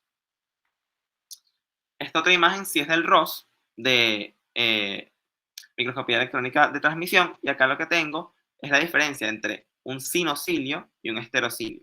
El sinocilio va a tener un axonema de dupletes periféricos y un duplete central, eso es de microtúbulos, se ven como varios punticos, en el caso del sinocilio o el cilio móvil, y el estereocilio simplemente se ve como más homogéneo. Él lo que va a tener es actina, un axonema de actina, pero él no va a tener estos puntos, que son dupletes, se llaman dupletes de microtúbulos, y que son 9 periféricos con 1 central. El esterocilio no los tiene. Esa sería la diferencia en caso de que llegasen a poner algo así, que no sé si lo vayan a poner o no, porque dijeron que iban a poner electrónica. Ok. ¿Alguien quiere volver a ver alguna lámina de electrónica o continuamos? Marcelo, disculpa, ¿podrías repetir la lámina anterior? Por favor, que me quedó muy claro. La última, esta. Sí, por favor, sí. Okay. Acá tienes la diferencia entre estereocilios y sinocilios. Los sinocilios tienen, o puedes ver, un axonema, que es como el eje del cilio, que tiene varios dupletes. Son como estos punticos electrolúcidos, o estas estructuras electrodensas que ves, se llaman dupletes porque están formadas por 2 microtúbulos juntos. Tiene 9 dupletes periféricos y un duplete central. Y eso te constituye a un sinocilio. Mientras que si tú ves un esterocilio, él va a ser completamente homogéneo en su estructura porque él no tiene dupletes, él no tiene microtúbulos. Él lo que tiene en cambio es actina. Entonces, él no va a tener todas esas estructuras electrodensas puntiformes, sino que es completamente homogéneo. En el caso del estereocilio. Ahora sí. Sí, muchas gracias. Dale, perfecto. La siguiente sería, entonces, ahora el oído interno, para terminar con oído, que se constituye por la cóclea, la parte de la cóclea. Ella sabe que te da 2.5 vueltas, Bueno, pues teóricamente. apaga el micrófono. Ay, perdón. Tranquilo. Sí, yo escuchaba algo como raro, perdón. Ok. Perfecto, vamos a tener que dar 2.5 vueltas el conducto coclear. Vamos a tener que el conducto coclear tiene una parte ósea. En la parte ósea tiene un eje central que se llama columela, es literalmente una columna, o también lo llaman modiolo o modiolus, y que está dividido parcialmente desde ese modiolo hacia la periferia por una espina ósea, que lo divide en una rampa vestibular o superior y una rampa timpánica o inferior. Y que se comunican las dos rampas en la parte con el vértice del caracol en lo que se llama el helicotrema. Ya eso lo vamos a ver en algunas láminas. El conducto coclear membranoso completa la división porque esa espina ósea que daba una división incompleta desde la columela y quedaba como con un borde libre, es continuada por una membrana basilar que es de un epitelio que no, o sea, no va a ser nada diferente al epitelio del oído, es un epitelio plano simple. Así de sencillo, porque no tiene ninguna función especializada. Y que lo divide. Ahora bien, eso me lo termina de dividir en rampa superior y rampa inferior. Y además de la membrana basilar, hay una membrana vestibular de Reisner, bueno, se pronuncia Reisner, que me la divide en una rampa, a la rampa vestibular me la subdivide en una rampa superior y una intermedia. La rampa timpánica sigue intacta y se llama rampa inferior. Entonces tengo una rampa vestibular que se subdivide en superior e intermedia por una membrana vestibular, porque estamos en la vestibular de Reisner, y luego también tengo que a través de la membrana basilar me la separa de una rampa inferior o timpánica. ¿Ok? Y en la membrana basilar, en la parte superior que da con la rampa vestibular, voy a tener al órgano espiral de Corti. Es el nombre completo, órgano espiral de Corti, que es el órgano que se encarga de la audición o el sistema auditivo, que es uno de los dos sistemas que dijimos que formaban parte del oído. Y también tenemos, por supuesto, la pared del conducto coclear, específicamente de la rampa intermedia, en la parte más externa, se llama estría vascular, como ya la vamos a ver en las láminas. Ok, vamos a buscar la lámina primero. Bien, lo que estaba mencionando ahorita, esta lámina de arriba es de Complete Anatomy. Me pareció increíble que lo tuviera, pero sí la tiene. Pero básicamente vamos a tener, primero vamos a ver acá arriba, una membrana vestibular. Tengo una membrana basilar, que es todo este piso que tengo aquí, y esta es la estría vascular, que es la pared, bueno, la estría vascular es más arriba, esto no. Y realmente en esta foto no se ve, pero en la de abajo sí. Pero lateral tengo la pared de la rampa intermedia, que es la estría vascular. Si la veo en histología, tengo a la membrana vestibular, tengo a la membrana basilar, que es todo esto de aquí abajo, y tengo a la estría vascular. Y ellas me están constituyendo las paredes de las rampas. ¿Ok? Y en la membrana basilar es donde tenía el órgano espiral de Corti con todas las estructuras especializadas que se describían en la lámina anterior. Vámonos a la lámina anterior y vemos que vamos a tener que en ese órgano espiral tengo células cilíndricas, las células especializadas, otra vez, no sorpresa, son cilíndricas, presentan estereocilios, pero a diferencia de las células del sistema vestibular o de equilibrio, no tienen silocilios, solamente tienen estereocilios y ya. Lo que sea auditivo solo tiene estereocilios y ya. Acuérdense de estéreo, estéreo suena como a sonido, o sea, viene de sonido, pues, está relacionado, y solamente tienen estereocilios, sistema auditivo. Ahora, también hay células de sostén, como siempre, pero acá las células de sostén no las nombramos y ya, sino que se clasifican porque, como vieron, hay diferentes morfologías. Tenemos, siempre las vamos a dividir en limitantes, luego de las limitantes tengo las falángicas y luego tengo a las pilares. ¿Ok? Siempre las limitantes son las que están más hacia los extremos, las falángicas son intermedias y las pilares son las que están más en el medio de todo eso. Y tengo tanto un grupo externo como un grupo interno. Entonces si voy desde la columela hacia el exterior, voy a tener limitantes internas que forman varias hileras, falángicas internas que forman una sola hilera. Luego tengo columnares o pilares internas que también forman una sola hilera. Importante mencionar que las falángicas están por debajo de las células ciliadas especializadas. Ellas son subyacentes, ya se lo voy a explicar con la lámina. Luego tengo unas columnares o pilares externas que también forman una hilera. Las falángicas externas o de Deiters, que forman de 3 a 5 hileras. Y las limitantes externas, que también se llaman de Hensen, que forman varias hileras. Todas estas son las células de sostén que sí forman parte del órgano espiral de Corti. Adicional a esto, hay otro grupo que se llaman células de sostén externas de Claudius-Betcher, que son de 1 a 2 hileras y que son cúbicas en vez de cilíndricas, o también pueden ser cilíndricas bajas, dice, pero en general se les escribe como cúbicas. Ellas son las únicas que no pertenecen al órgano de Corti. De hecho, se lo preguntaron en el quiz. No sé si vayan a repetir la pregunta o no, pero es importante saber eso por si lo vuelven a preguntar. Y además, vamos a tener que en este órgano espiral de Golgi o de Corti, entre las células, vamos a tener unos canales o túneles, que van a ser 3, uno interno, uno medio y uno externo, que también están señalados en la imagen. Cuando nos venimos para acá, vamos a ver que tenemos, si el hueso está de este lado, que lo puedo reconocer aquí por las lagunas, esta es la espina ósea, que dividía incompletamente a las rampas del conducto coclear. Esta sería la parte que está más cerca de la columela. Por esto, esta es la parte interna. Entonces, todas las células que estén de aquí para acá son internas. Voy a tener unas células limitantes internas cilíndricas.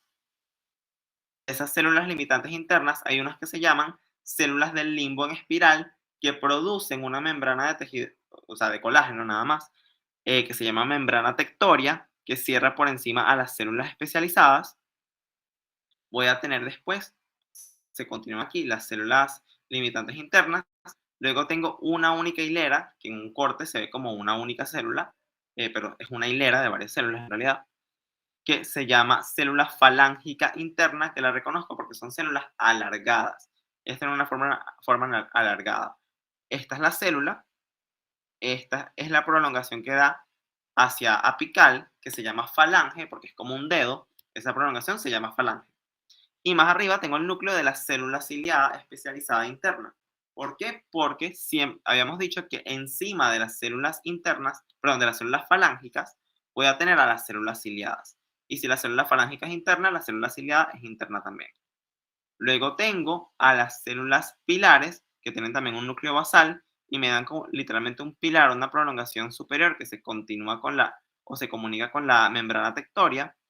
Tengo la pilar interna y la pilar externa, y luego tengo las falángicas externas, que están por debajo de las ciliadas externas, y que son 3 hileras. Acá realmente se ven 4, son de 3 a 5 hileras, perdón, acá se ven 4. Luego tengo a las células limitantes externas, simplemente son cilíndricas, las limitantes no tienen ninguna especialización. Y las últimas, digamos este último grupo de células que tenemos aquí, son las que llamaban de Claudius-Betcher, que son las únicas que no pertenecen al órgano espiral de Corti. Entonces repetimos, limbo en espiral produce la membrana tectoria, son células cilíndricas. Limitantes internas, no tienen ninguna especialización. Luego tenemos las falángicas internas, que tenían a la falange una prolongación que va hacia apical, que tiene forma de dedo, y que por encima de ella estaba la cilíndrica, la célula ciliada interna. Luego la célula pedicular o columnar interna, perdón, pilar o columnar interna. Luego la célula pilar o columnar externa, sus núcleos son basales. Y finalmente las falángicas externas con las ciliadas externas por encima de ellas. Acuérdense de como si los dedos sostienen, bueno, las falanges sostienen a las células especializadas. Y luego a las células limitantes externas con las células de Claudius-Betcher, que son las únicas que no pertenecen. Y acá puedo distinguir a la rampa intermedia, rampa superior, rampa inferior. Membrana vestibular, que es un epitelio doble, tiene 2 caras, es un epitelio plano simple que tiene una cara que mira hacia la rampa intermedia y otra cara que mira hacia la rampa superior. O sea, realmente son dos epitelios que están en forma de sándwich y que entre ellos tienen una membrana basal. Y luego tengo también una rampa inferior timpánica separada por la membrana basilar, que en la parte que daba con la rampa vestibular tenía el órgano espiral de Corti, y en la parte que da con la rampa timpánica simplemente tiene un epitelio simple característico de todo lo que es la mucosa del laberinto membranoso. Y los conductos que tenemos, o los túneles, son el túnel interno o de Nouel, es el epónimo y seguro le van a preguntar así, que está por debajo de la membrana tectoria y está delimitado por las células falángicas internas y las células de sostén internas o limitantes internas. Luego tengo el túnel de Golgi o intermedio que está entre ambas células pilares, y luego tengo el túnel externo que está entre la célula pilar externa y las células falángicas externas. Y ellos también tienen endolinfa igual que todos los demás, solo que ahí la endolinfa en esos túneles se llama cortilinfa. Es la única diferencia. Cortilinfa porque pertenece propiamente al órgano de Corti. Sé que esta lámina es enredadísima, así que si alguien tiene una pregunta, me dicen. ¿Algún tipo de célula que no hayan visto bien o si todo lo pudieron ver bien? Perfecto, y paso a la siguiente. John, ¿puedes volver a repetir a mí, porfa, las células falángicas externas? Dale. Porfa. Ok. Las células falángicas externas, como vemos, al igual que las internas, son alargadas, tienen forma de dedos y me dan unas prolongaciones hacia arriba, que son las falanges. Y por encima de ellas, que tengo las células falángicas externas, por encima voy a tener otra hilera de núcleos que corresponde a las células ciliadas, porque las células falángicas siempre están por debajo de las células ciliadas, nunca están solas. Entonces, la célula falángica externa es una célula alargada que tiene un proceso apical llamado falange que sostiene, como si fuese un dedo, sostiene a las células ciliadas externas. Y las células falángicas externas son en hileras de 3 a 4, de 3 a 5, perdón, acá se ven 4, y sostienen a su vez de 3 a 4 o de 3 a 5 hileras de células ciliadas. Básicamente es eso. Perfecto, Ami, gracias. Dale, chévere. Entonces, ¿alguna otra pregunta o sigo? Bueno, voy a seguir y si tienen una pregunta me interrumpen. No tengo ningún problema. Ok. Ahora, lo que les estaba explicando, que esto quizá te pueda ayudar mejor a visualizarlo, esto es un dibujo esquemático de cómo la célula falángica se relaciona con la célula ciliada. En el caso de la célula falángica, este es el cuerpo de la célula, tiene su núcleo, sus organelos, y de ella emerge un proceso apical que se conoce como falange, que me da superiormente una placa cuticular que sirve de sostén, y por encima de ella tengo a la célula ciliada, que es la célula funcional que se encarga de percibir la audición a través de sus estereocilios. Ok. Ahora, esto es microscopía electrónica de transmisión de esos mismos tipos de células. Tengo en este caso células falángicas abajo, células ciliadas arriba. Las células falángicas abajo, en este caso no se ve su núcleo, y las células ciliadas, lo que está más arriba. ¿Qué voy a ver y qué diferencia, que es importante, hay entre las células ciliadas internas y las externas, a pesar de que todas son igualmente funcionales? Las internas van a estar unidas o adosadas a la falange de la célula falángica interna, y es una única hilera. ¿Ok? Y acá están los estereocilios, como los podemos ver, que eran rectos, que eran cortos.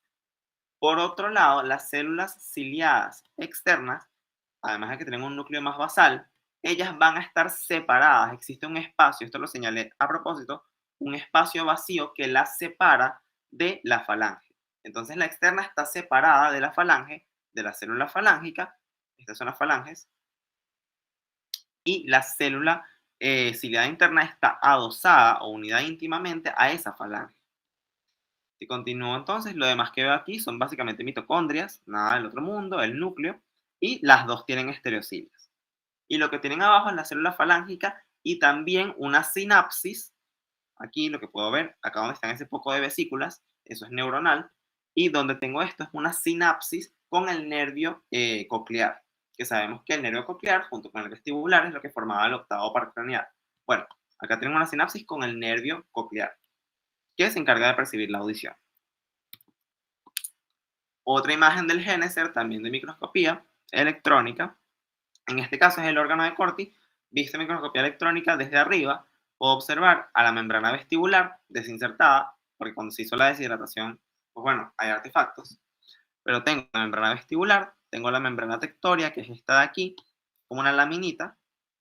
Y en este suelo voy a tener el órgano de Corti, donde veo unas hileras como de pelitos, no sé si las están viendo, que son estereocilias.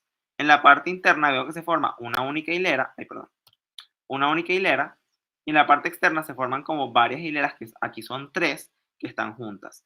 Esas son las estereocilias de las células ciliadas internas y externas. Y todo esto es la membrana basilar desde la cara que da con la rampa vestibular, que es donde está el órgano de Corti. Otra vista del órgano de Corti, pero ahora en microscopía electrónica de barrido, voy a poder observar. Me guío siempre, si se fijan, yo para reconocerlas me guío mucho, en el caso de la microscopía electrónica, por los estereocilios. Veo una única hilera de estereocilios, esos son de las células ciliadas internas, que eran las únicas que formaban una hilera, y 3 hileras de estereocilios, que las que formaban de 3 a 5 hileras eran las externas. Entonces, en este caso, esto es interno, esto es externo. Estas células alargadas que veo aquí son células pilares. Este es el conducto de Golgi o túnel de Golgi o intermedio. Este es el túnel interno. Esto es membrana tectoria, todo lo que forma ese techito que era colágeno, como habíamos visto. Todo esto es membrana basilar con sus células especializadas. Abajo tiene un tejido conectivo, porque es mucosa, nunca se pierde el tejido conectivo. Y voy a tener, por supuesto, a las células falángicas, acá la interna, justo por debajo de las células ciliadas, y acá las externas, que eran 3. Y de resto las células limitantes, que dijimos que no tenían ninguna relación con las células ciliadas, ni con ningún conducto, sino que simplemente eran cilíndricas y estaban ahí. Esta otra imagen, sé que son varias de oído interno, pero es porque pueden poner cualquiera de ellas. En este caso, estoy viéndola también desde arriba, la misma imagen, y puedo observar un barrido donde veo a los estereocilios de las células ciliadas internas, una hilera, y veo 3 hileras de las células ciliadas externas. Y esto que estoy viendo aquí es la membrana tectoria, que es ese techo que se formaba por las fibras colágenas en el aparato, en el órgano espiral de Corti. Otra imagen, acá también puedo observar estereocilios, en esta misma imagen, puedo observar la misma membrana tectoria, puedo observar las células ciliadas que están por encima de las células falángicas. En este caso, el corte que estoy viendo sí me permite ver una misma hilera completa de células, es decir, todo esto es una hilera de células falángicas. Acá sí no te puedo decir si es interna o externa porque no estoy viendo cuántas hileras hay. Sé que todo esto es una misma hilera de células falángicas, con sus células ciliadas por encima. Y bueno, ahorita vamos con las patologías, pero antes de eso quisiera saber si pudieron entender bien lo que era oído interno o simplemente sigo hablando de las patologías y ya.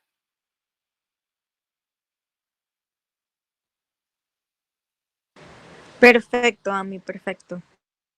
Ok, está bien. Cualquier duda que tengan, simplemente interrúmpanme. Sigo con las patologías.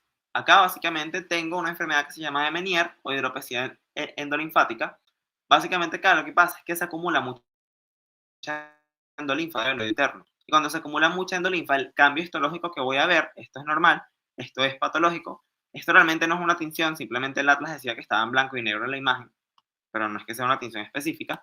Pero lo que podemos ver es que la membrana vestibular de Reisner está abultada por el aumento de la presión dentro de la cóclea. Y como hay un aumento de presión, en este caso este aumento de presión está porque falla el saco endolinfático, que era el encargado de drenar esa endolinfa.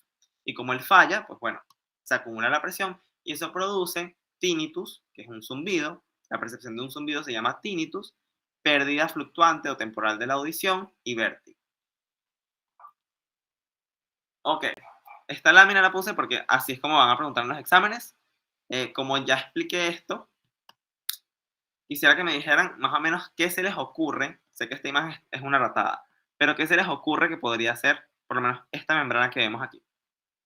Si estamos en oído interno, ¿qué membrana podría ser de las que vimos? No. ¿Timpánica? No. No, estamos en oído interno. Ah, Acuérdate ok. que la timpánica tenía 3 láminas. Esto es una sola lámina, es una delgadita. ¿Es la basilar o es la Estoy viendo por vestibular? el chat, ¿oíste? Están respondiendo por el chat, a ver, dale. Porque dicen tectoria. Ok, no es la tectoria porque la tectoria no tiene células. La tectoria es solo colágeno. Y aquí estás viendo núcleos. Entonces, ¿Sería tectoria. la basilar, Marcelo? Ok, también es válido pensar eso, pero no es Basilar. la basilar. ¿Por qué? La basilar tiene al órgano de Corti de un lado. Acá Ah, yo ok, ok. no estoy viendo órgano de Corti. Entonces, si no es la basilar, porque no tengo órgano de Corti, no es tectoria porque tengo células, me queda ¿cuál? La vestibular. La membrana vestibular dijimos que tenía un epitelio plano y que ese epitelio eran 2 epitelios como forma de sándwich que estaban superpuestos uno con otro, separados por una membrana basal y que había células que daban hacia una rampa y células que daban hacia la otra. Eso es precisamente lo que estamos viendo. Entonces, esto de aquí es una membrana vestibular o membrana de Reissner, como lo dice la diapositiva. Yo se las voy a mandar todas. Y esto de acá, sí se me pasó a explicárselos, pero si lo mencionamos, era la estría vascular. Que la estría vascular es un epitelio, que en este caso es un epitelio plano estratificado, que está en la pared de la rampa intermedia, no es una membrana, es la pared propiamente. Y en esta pared yo tengo vasos sanguíneos. De hecho, esto que veo acá es un capilar y es el único epitelio que existe en el cuerpo que es vascularizado. Eso recuerdo que lo dijo el doctor Carlos en clase. ¿Por qué? Veo acá lo que yo veo es un capilar, tiene un eritrocito adentro y tengo mi epitelio. Entonces, cuando yo vea esto, el único epitelio que puede tener capilares dentro es la estría vascular. Entonces, esto es estría vascular y esto es membrana vestibular. Por ende, estoy en oído interno. Específicamente en rampa intermedia, porque dijimos que la estría vascular se veía en la rampa intermedia. Esta otra imagen sí la mostré. ¿Quién se acuerda de la imagen?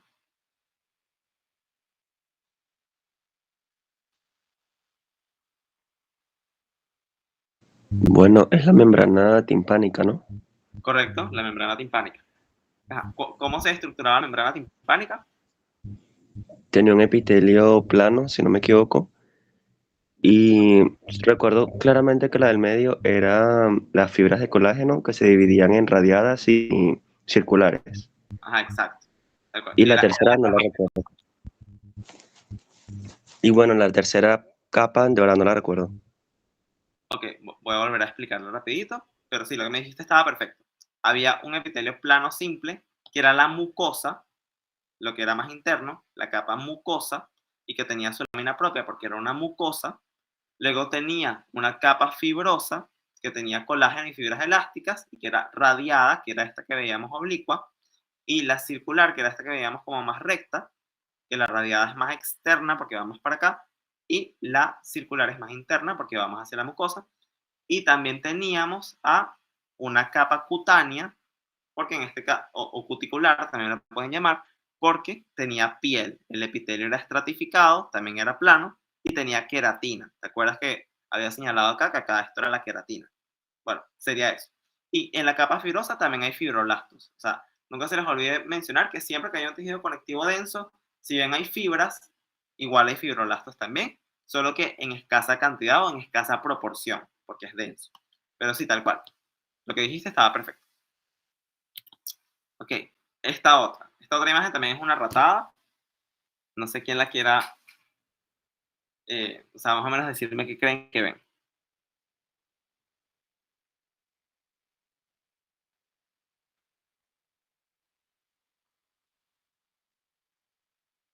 Bárbara, ¿te atreves?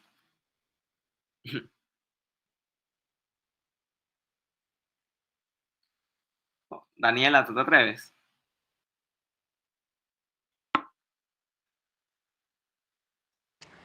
Esta creo que es la que dijiste de las células que parecían unos deditos, pero no Ajá, recuerdo ahí el sí. nombre. Células externas, ¿no? No Bueno, como recuerdo tal, bien ahí el tú nombre estás de la viendo, lámina. no solo las externas, realmente estás viendo el órgano de Corti completo.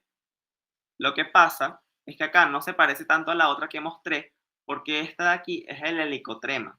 Y en el helicotrema, las dos rampas, o sea, la rampa vestibular y la timpánica, se comunican. Por eso es que tú ves que tiene como esa forma rara. Pareciera que se estuviesen comunicando las dos rampas porque es el helicotrema. Pero igualito voy a tener lo mismo del órgano de Corti. Sabía que era el órgano de Corti, pero me parecía demasiado raro su forma y decía como que, ¿y si no es? Ay, no, qué miedo, No, sí, me sí puedo es. equivocar. Es porque Pero es el sí es verdad, helicotrema. sí es. Lo único es que tiene como que las dos rampas, como estás diciendo, rampas, y por eso se ve su forma así extraña, porque de verdad sí es una lámina muy rapada. Y veo a Teresa poniendo eso tal cual. Sí, igualito. Porque es que, claro, porque las dos rampas se están comunicando, por eso es que se ve raro. Porque en el helicotrema es donde se comunica la rampa vestibular con la rampa timpánica. Igual tiene membrana vestibular, tiene membrana basilar, tiene el órgano de Corti con todas las células, las del limbo, espiral, la membrana tectoria, acá se ve levantada. La membrana tectoria no siempre se va a ver perfecta, a veces se ve levantada, eso es un artefacto de fijación. Y se ven las células limitantes internas, las externas, están las falángicas, como dijo Guille, que son las que parecen dedos, por eso se llaman falángicas. Tienes a las ciliadas, que están encima de las falángicas, y las pilares, que están delimitando a los conductos. Ok, de esta, ¿se acuerdan? Sí, esa es la lámina de cresta ampolar, si no me acuerdo. O sea, si mal no recuerdo, es esa, ¿no? De Exacto. mácula, ¿no? Esta es cresta ampular. Ah, ok, cresta ampular, como estaba diciendo. Ujú. Y, o sea, se puede observar claramente la cresta y así. Ok, ¿este epitelio cómo Esta era? es un epitelio cilíndrico simple ciliado y su función es captar el movimiento y, o sea, como que es la que ayuda a captar el movimiento y el equilibrio. Ok, perfecto. ¿Y qué Y teníamos acá? podríamos decir, o sea, Ah, para describirla perfectamente, se podría decir que es digitiforme y alargada, pues, ujú. Y o de esta, forma delgada. exacto, porque es una cresta. Y esto que tenemos aquí, encima del epitelio, que es como una gelatina, ¿cómo se llamaba? Eh, Se me olvidó ya. Era Me el acuerdo. bicarbonato de calcio, ¿no? Ajá, tiene carbonato de calcio, que son los otolitos, que era una, Otolitos y otolíticos, ¿no era? ajá, hay una membrana otolítica, ¿cómo se llama? Pero aquí la membrana otolítica también se puede llamar cúpula, pero eso es nada más Cúpula. para la ampolla. Pero también le puedes Ok, decir membrana otolítica. Pero aquí ok, perfecto. propiamente se llama cúpula. Membrana otolítica casi siempre se le dice es en la mácula. Pero sí, son parecidas, o sea, realmente es lo mismo. Ok. Esta de acá, ¿le conocen las células?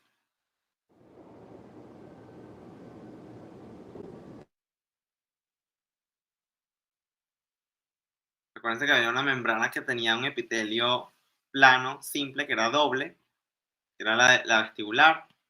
Entonces acá estoy en oído interno, esto es basilar. Entonces, ¿qué órgano es este? El órgano de Cortis. Exacto. Y si tengo órgano de Corti, voy a tener tanto células especializadas, ciliadas, como células limitantes. Acá no se ven todas porque hice un corte así a propósito, pero por lo menos estas son las células del limbo espiral, membrana tectoria, esta sí es membrana tectoria que vemos que no tiene células, es solo colágeno. Tenemos células limitantes externas, las falángicas, las pilares, las falángicas externas que dan varias hileras, etc. Acá no se ve todo completo, pero exactamente, sería órgano de Corti. Esto que vemos más acá, que se ve como unas lagunas, ¿qué tipo de tejido es?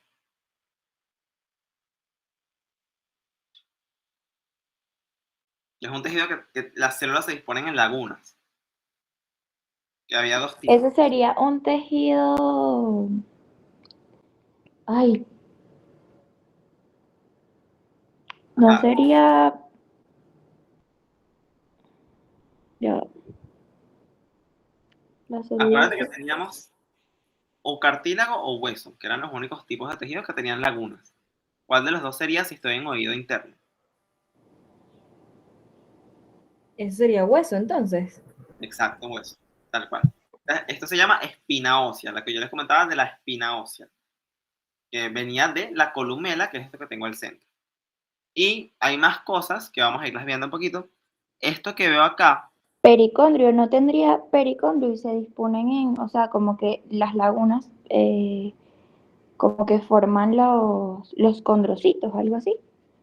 No, acá es hueso, entonces serían osteocitos. Ah, osteocitos, Y osteocitos. periósteo en vez de pericondrio. Pero Ok, sí, serían periósteos, claro, porque en la otra era cartílago y por eso sería. exacto. Acá es Ok. periósteo, es lo que está, o sea, el tejido conectivo que tiene alrededor. Luego esta matriz que se ve como más oscura, que tiene las células en lagunas, es la matriz ósea o osteoide, también se le llama, y Ujú. los osteocitos dentro de sus lagunas. Y esto que veo aquí también son nervios, son fibras nerviosas que van a pertenecer al nervio coclear, que son las que hacían la sinapsis con las células del órgano de Corti. Y esto de acá se llama, si ven estos cuerpecitos aquí que son como oscuros, que son como unos somas neuronales, literalmente son somas neuronales, y a la estructura completa se le llama ganglio espiral, porque son ganglios o somas neuronales de unas neuronas bipolares que hacen sinapsis con el órgano de Corti y luego dan unos axones que se transmiten como el nervio coclear propiamente dicho. ¿Okay? Esto de aquí se llama ganglio espiral. ¿Por qué ganglio espiral? Porque estoy en el órgano espiral de Corti, viene del órgano espiral de Corti, ganglio espiral. Y esta parte del hueso que contiene a los nervios y al ganglio espiral se llamaba conducto de Rosenthal. Creo que eso no lo escribí en las diapositivas, entonces se los voy a escribir por WhatsApp para que vean cómo se escribe el nombre y no se les vaya a olvidar, porque también lo pueden preguntar. Ok, ya terminamos con oído. Vamos con ojo. Ojo va a ser más corto. Realmente ojo es muchísimo más sencillo que oído. Oído es medio dolor de cabeza. Pero bueno, en el caso del ojo, es el aparato de la visión. Sabemos que tiene unos lentes, que era la córnea, que era el cristalino, y que también tiene otros medios de refracción líquidos, que eran el humor acuoso y el humor vítreo. Sabíamos que tenía unos fotorreceptores en la retina, que eran los que percibían la intensidad lumínica cuando eran bastones, o la longitud de onda o el color de la luz cuando eran conos, los conos de color, los bastones, intensidad de luz. Teníamos un nervio óptico, que es el que hace sinapsis con esos conos y bastones. Teníamos también músculo esquelético, en el ojo igual el músculo, bueno, en el ojo vamos a tener músculo esquelético y músculo liso, no como en el oído que solo habíamos hablado de músculo esquelético, acá músculo esquelético y músculo liso, que son los músculos rectos o extraorbitarios, y los músculos oblicuos también, y músculo liso como los músculos de la pupila, específicamente del iris, perdón. Bueno, esto lo dijo la doctora en clase, que las muestras de ojo se procesan diferente, ellas primero se fijan completas y luego las cortan con una hojilla, ¿ok? No directamente con un micrótomo. Y que la estructura en general era 3 túnicas, fibrosa, vascular y sensitiva, bueno, sensorial, perdón, o también podíamos simplemente llamarla retina. Ok. De esta lámina general, acordémonos siempre que tenemos una cámara acuosa anterior que se subdivide en cámara anterior y cámara posterior, que es donde está el humor acuoso, y una cámara vítrea que es posterior, que es donde está el humor vítreo. ¿Ok? Y ellas están separadas por el cristalino, la cámara acuosa de la cámara vítrea. Y la cámara acuosa está subdividida en anterior y posterior por el iris. Entonces tenemos unos límites entre la córnea y el iris, cámara anterior, entre el iris y el cristalino, cámara posterior, y entre el cristalino y la retina, cámara vítrea, con humor acuoso las dos primeras y humor vítreo la última. El humor acuoso se produce y se drena constantemente, el humor vítreo se produce en el embrión y permanece por vida ahí. Otro dato importante, bueno, y medio interesante, es que el humor vítreo tiene fagocitos, tiene algunas células que producen fagocitosis, como macrófagos, y cuando ellas producen fagocitosis y atrapan partículas extrañas, se forman las miodesopsias o moscas volantes, que son como unas manchitas que vemos a veces que como que flotan. Que, bueno, a mí me ha pasado, no sé si a todo el mundo le ha pasado, pero es normal, es algo normal. En ese humor vítreo se pueden captar sustancias o partículas y se pueden ver. Tú puedes ver cómo incluso se mueven dentro de tus ojos. Ahora tenemos a la túnica fibrosa. La túnica fibrosa va a estar constituida por una córnea y una esclera. La córnea es la parte transparente que constituye al sexto anterior del globo ocular y tiene un epitelio corneal o epitelio anterior, una membrana basal de ese epitelio que se llamaba membrana de Bowman un estroma, que es un tejido conectivo denso regular, que se dispone en forma de retículo, una membrana de Descemet, que es otra membrana basal, pero más interna, y un endotelio o epitelio posterior corneal, que también tenía esa lámina basal, y que la lámina basal de ese epitelio era la membrana de Descemet. Siempre la membrana basal separando al epitelio del estroma. El epitelio corneal anterior era plano estratificado no queratinizado, era más grueso porque da resistencia ante partículas externas y también, por supuesto, es transparente.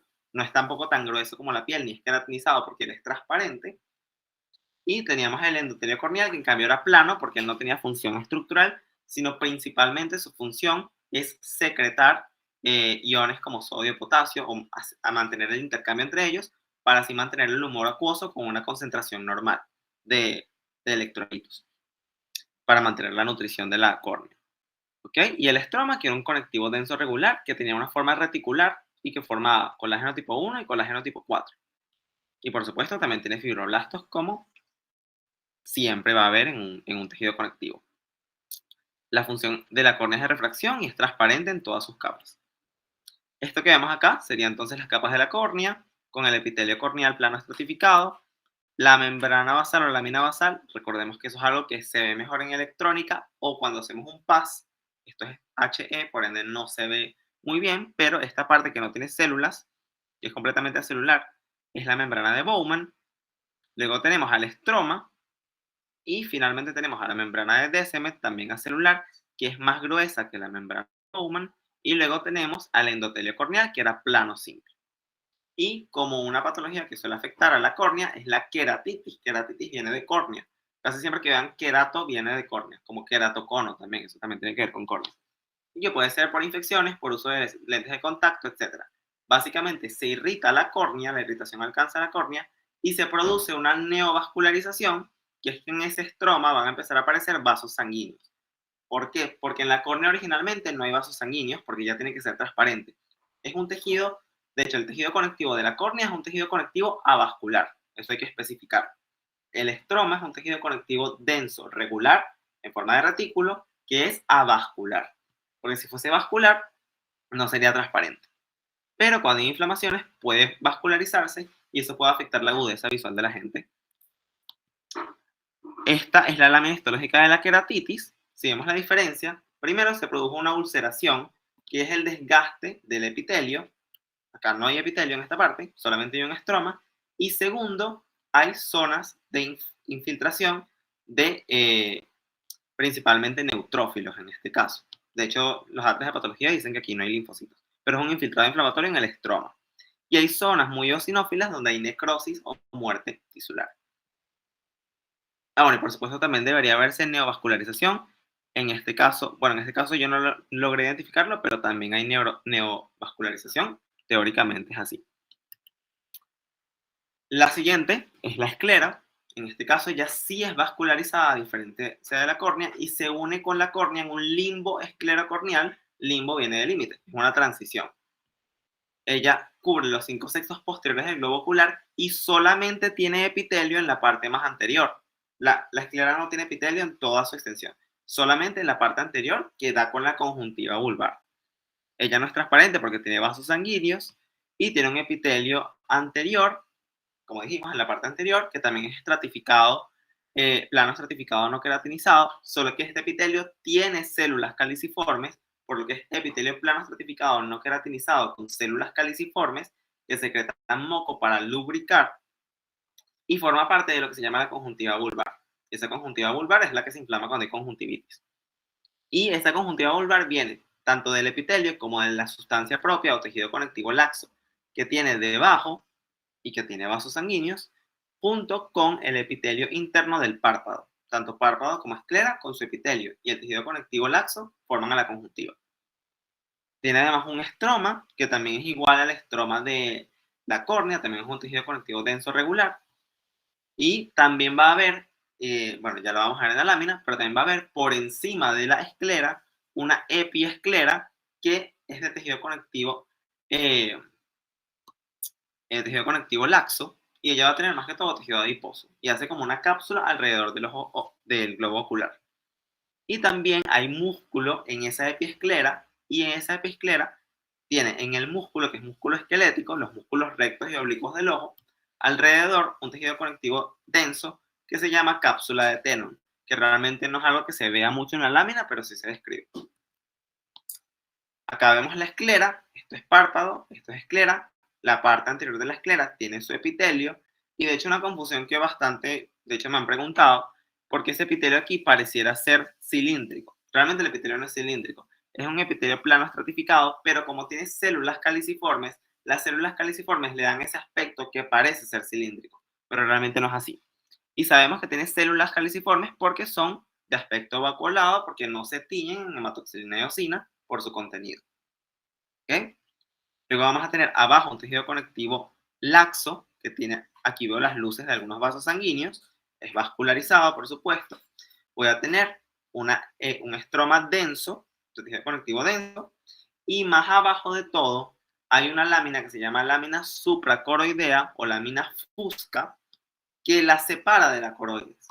Y esa lámina fusca tiene fibroblastos, tiene melanocitos grandes y aplanados, así los describe Ross, que de hecho podemos reconocerla porque se ve marrón. Los melanocitos tienen melanosomas, y los melanosomas tienen melanina, que es marrón. Entonces son melanocitos grandes y aplanados en conjunto con fibroblastos, que están allí presentes, y es una lámina delgadita. Se llama membrana o lámina fusca. Y bueno, el correlato patológico generalmente es la conjuntivitis, donde va a haber inflamación con infiltrado inflamatorio, tanto en la sustancia propia de la conjuntiva vulvar, que es el tejido conectivo laxo, como en el estroma. Y que también se distingue de la queratitis porque también se inflama el párpado, cosa que no pasa en la queratitis. El conducto de Schlemm lo vemos en el limbo esclerocorneal. Si recordamos de la lámina inicial, dijimos que había un limbo esclerocorneal, que era la transición entre córnea y esclera, donde, uno, el epitelio se hace un poquito más grueso, sigue siendo el mismo tipo de epitelio, pero se hace más grueso y adquiere células caliciformes, y dos, aparece la sustancia propia de la esclera o el tejido conectivo laxo vascularizado, que antes no existía en la córnea. Y más profundo, a nivel del estroma, ese estroma a ese punto se llama malla trabecular o retículo trabecular, que es una serie de fibras de colágeno que filtran el humor acuoso hacia una vénula que se llama conducto de Schlemm o también seno venoso esclerocorneal. Es lo mismo, seno venoso esclerocorneal o conducto de Schlemm. Y él simplemente drena ese humor acuoso que se produce en la túnica vascular, hacia la sangre nuevamente para evitar que se acumule y aumente la presión. Y cuando aumenta la presión tenemos el glaucoma. Luego tenemos la túnica vascular o uvea. En este caso, vamos a ver primero la coroides.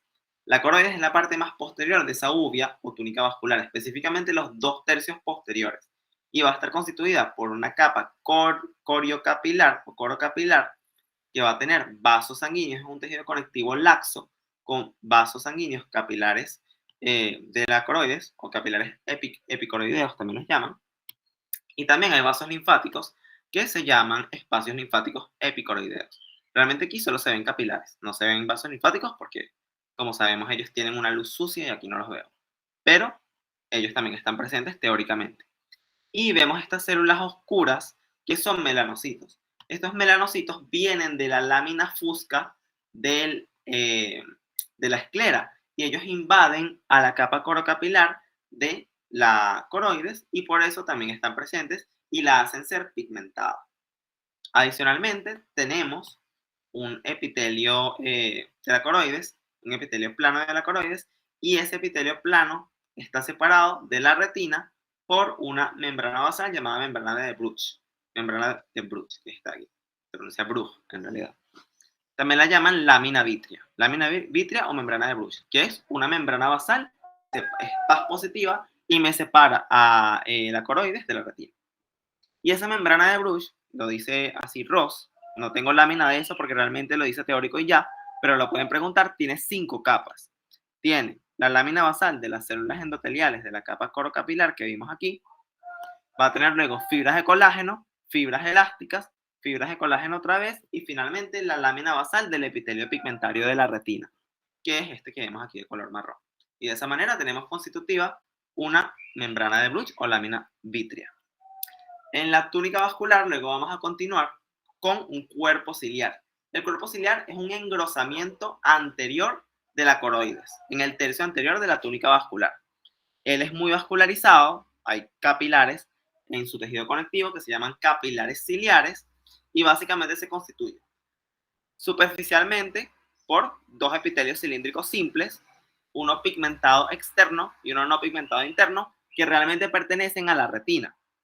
Luego vamos a tener un músculo ciliar, que es músculo liso, que es muy abundante y que va a tener tres porciones. Una porción meridional, que es longitudinal, una radiada, que es oblicua, y una esfinteriana, que es circular.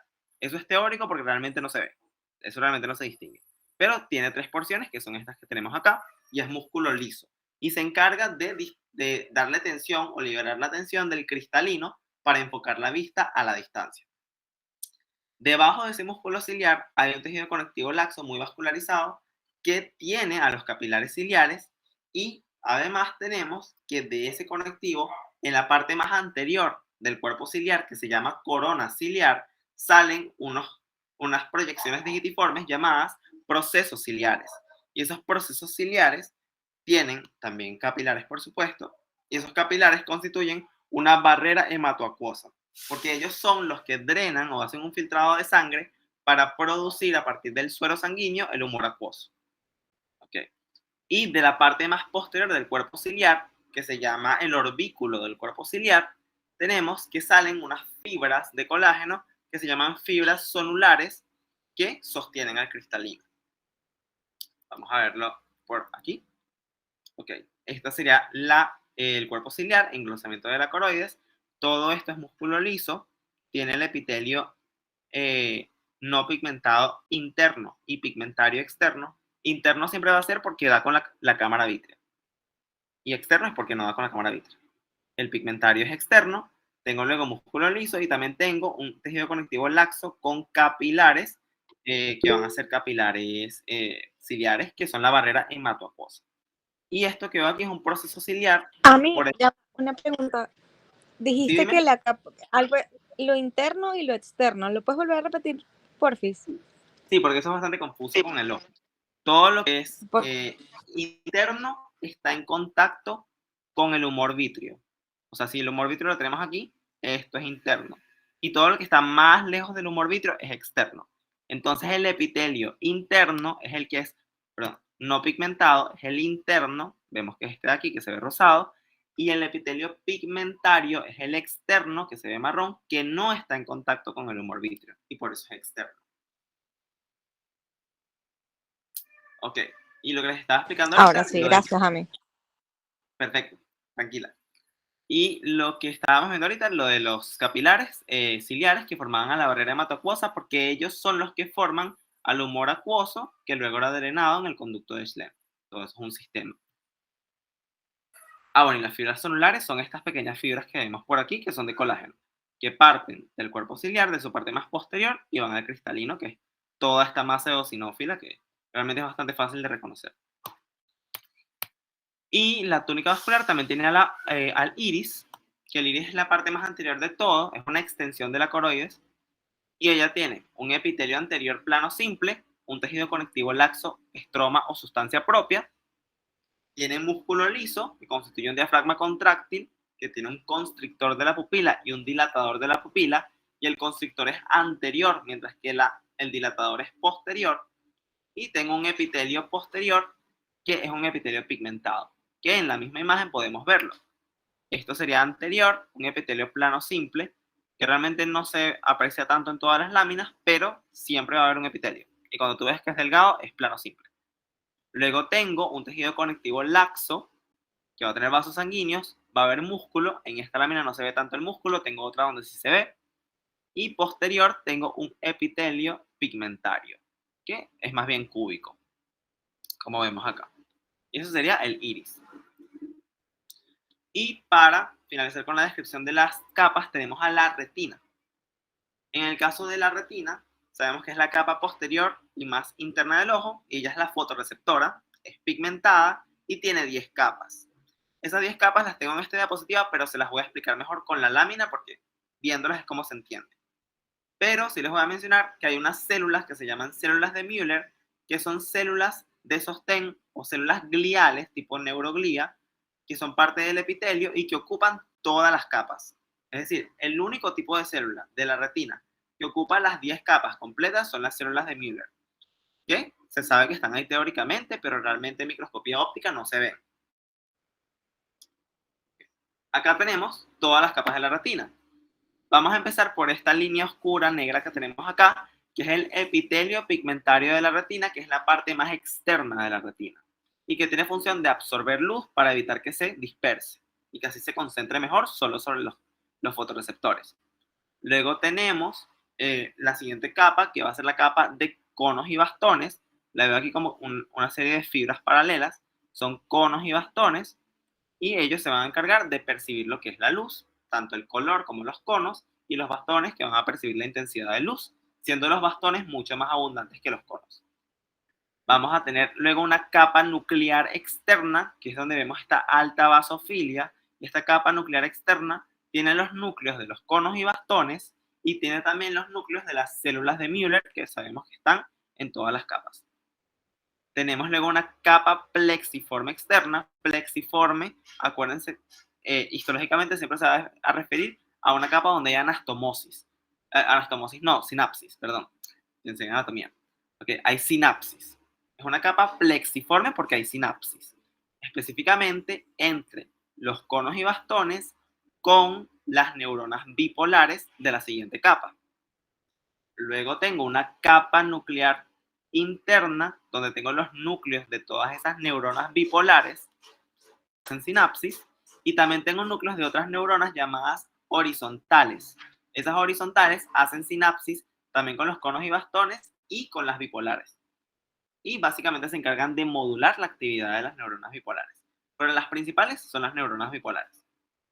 Luego tengo una capa plexiforme interna, donde tengo sinapsis entre las neuronas bipolares y las neuronas de la siguiente capa, que son las neuronas granulares, y finalmente tengo la capa nuclear, la capa granular, donde tengo los núcleos y los somas de las neuronas granulares. Luego tengo la capa de las fibras del nervio óptico, que no son más que los axones de las neuronas granulares y que van hacia la fibra del nervio óptico como tal, que es esto que veo por aquí, que todo esto se va a través de un disco. Y lo más interno de todo es la lámina limitante interna, que es una lámina basal que es formada por las células de Müller y que tiene contacto con el humor vítreo. Por eso es lo más interno de todo. ¿Alguna pregunta sobre alguna capa o sobre todo en general?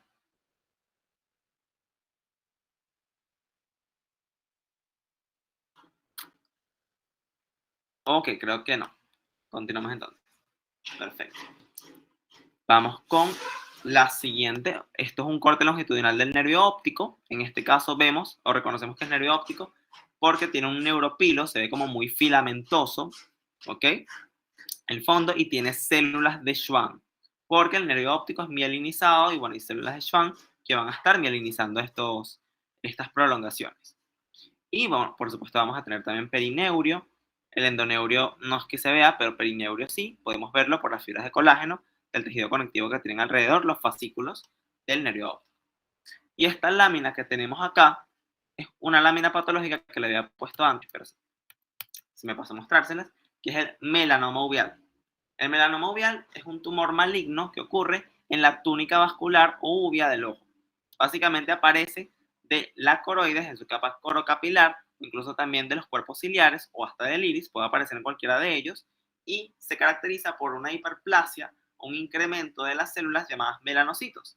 Lo puedo ver en la lámina, si nos fijamos, esto es córnea, sorprendentemente esto es córnea, y todo esto que tenemos acá no es más que la túnica vascular que a expensas de los melanocitos, que son marrones por su melanina, está aumentadísima de tamaño y por esa razón produce una masa que puede incluso obstruir completamente la visión dependiendo de su tamaño y su localización. Y es maligno. Bueno, la misma lámina se las había puesto aquí otra vez. Ahora vamos con la parte de microscopía electrónica del ojo. Acá, realmente lo que más importa de microscopía electrónica del ojo es la retina. Específicamente hay dos cosas importantes. El epitelio pigmentario, en donde vamos a ver que las células van a tener estos gránulos alargados, ovalados, electrodensos, que son de melanina. Esos se llaman melanosomas.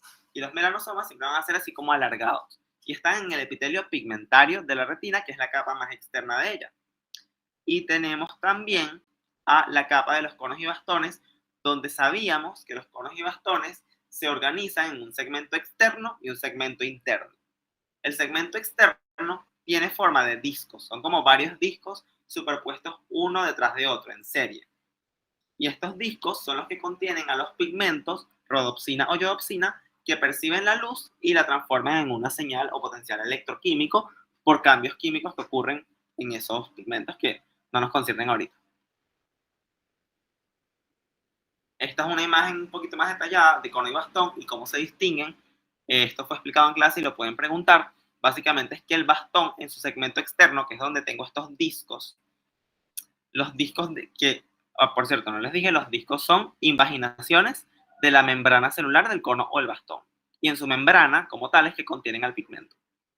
En el bastón, primero el segmento externo es cilíndrico. En el cono tiene forma como de pirámide o de cono. Que realmente acá casi no se ve, pero en otra imagen sí se vería mejor. Pero bueno, así lo dice el ROS y es la imagen que muestra el ROS. Y en el caso del bastón, los discos son discontinuos con la membrana. Están como dentro del citoplasma y podemos observar una separación entre membrana celular y los discos. En el caso del cono, los discos sí se abren hacia el medio extracelular, como podemos observar por aquí. Ellos se abren y se comunican y se continúan con el medio extracelular porque no están dentro de la membrana, sino que sí se continúan con el medio. En el bastón, ellos son completamente intracelulares y no tienen ningún punto donde se comuniquen con el medio externo porque siempre hay una membrana separando. Y con los conos también se dice que se clasifican en L, M y S. En este caso, L, M y S viene de long, medium y short, que tiene que ver con la longitud de onda que ellos reciben. L para longitudes de ondas largas, perciben el color rojo. M para el color verde, longitud de onda media. Y S para longitud de onda corta, que perciben el color azul. Y bueno, el segmento externo es cónico. Luego sabíamos que el segmento externo se comunica con el segmento interno a través de un pedículo de comunicación o de fijación, y en ese pedículo existen cilios, existe un cuerpo basal que es el origen de esos cilios, y además existen procesos caliciales que son evaginaciones de la membrana que están presentes en ese pedículo. Y más abajo teníamos a lo que era el segmento interno, que es donde están los organelos celulares, como aquí se puede alcanzar a ver un poquito una mitocondria, o en el caso del cono podemos también ver acá mitocondrias de tipo tubular, son las que estamos viendo en este lado. Y esa sería la constitución en microscopía electrónica de las células fotorreceptoras. ¿Quedó alguna duda con esto?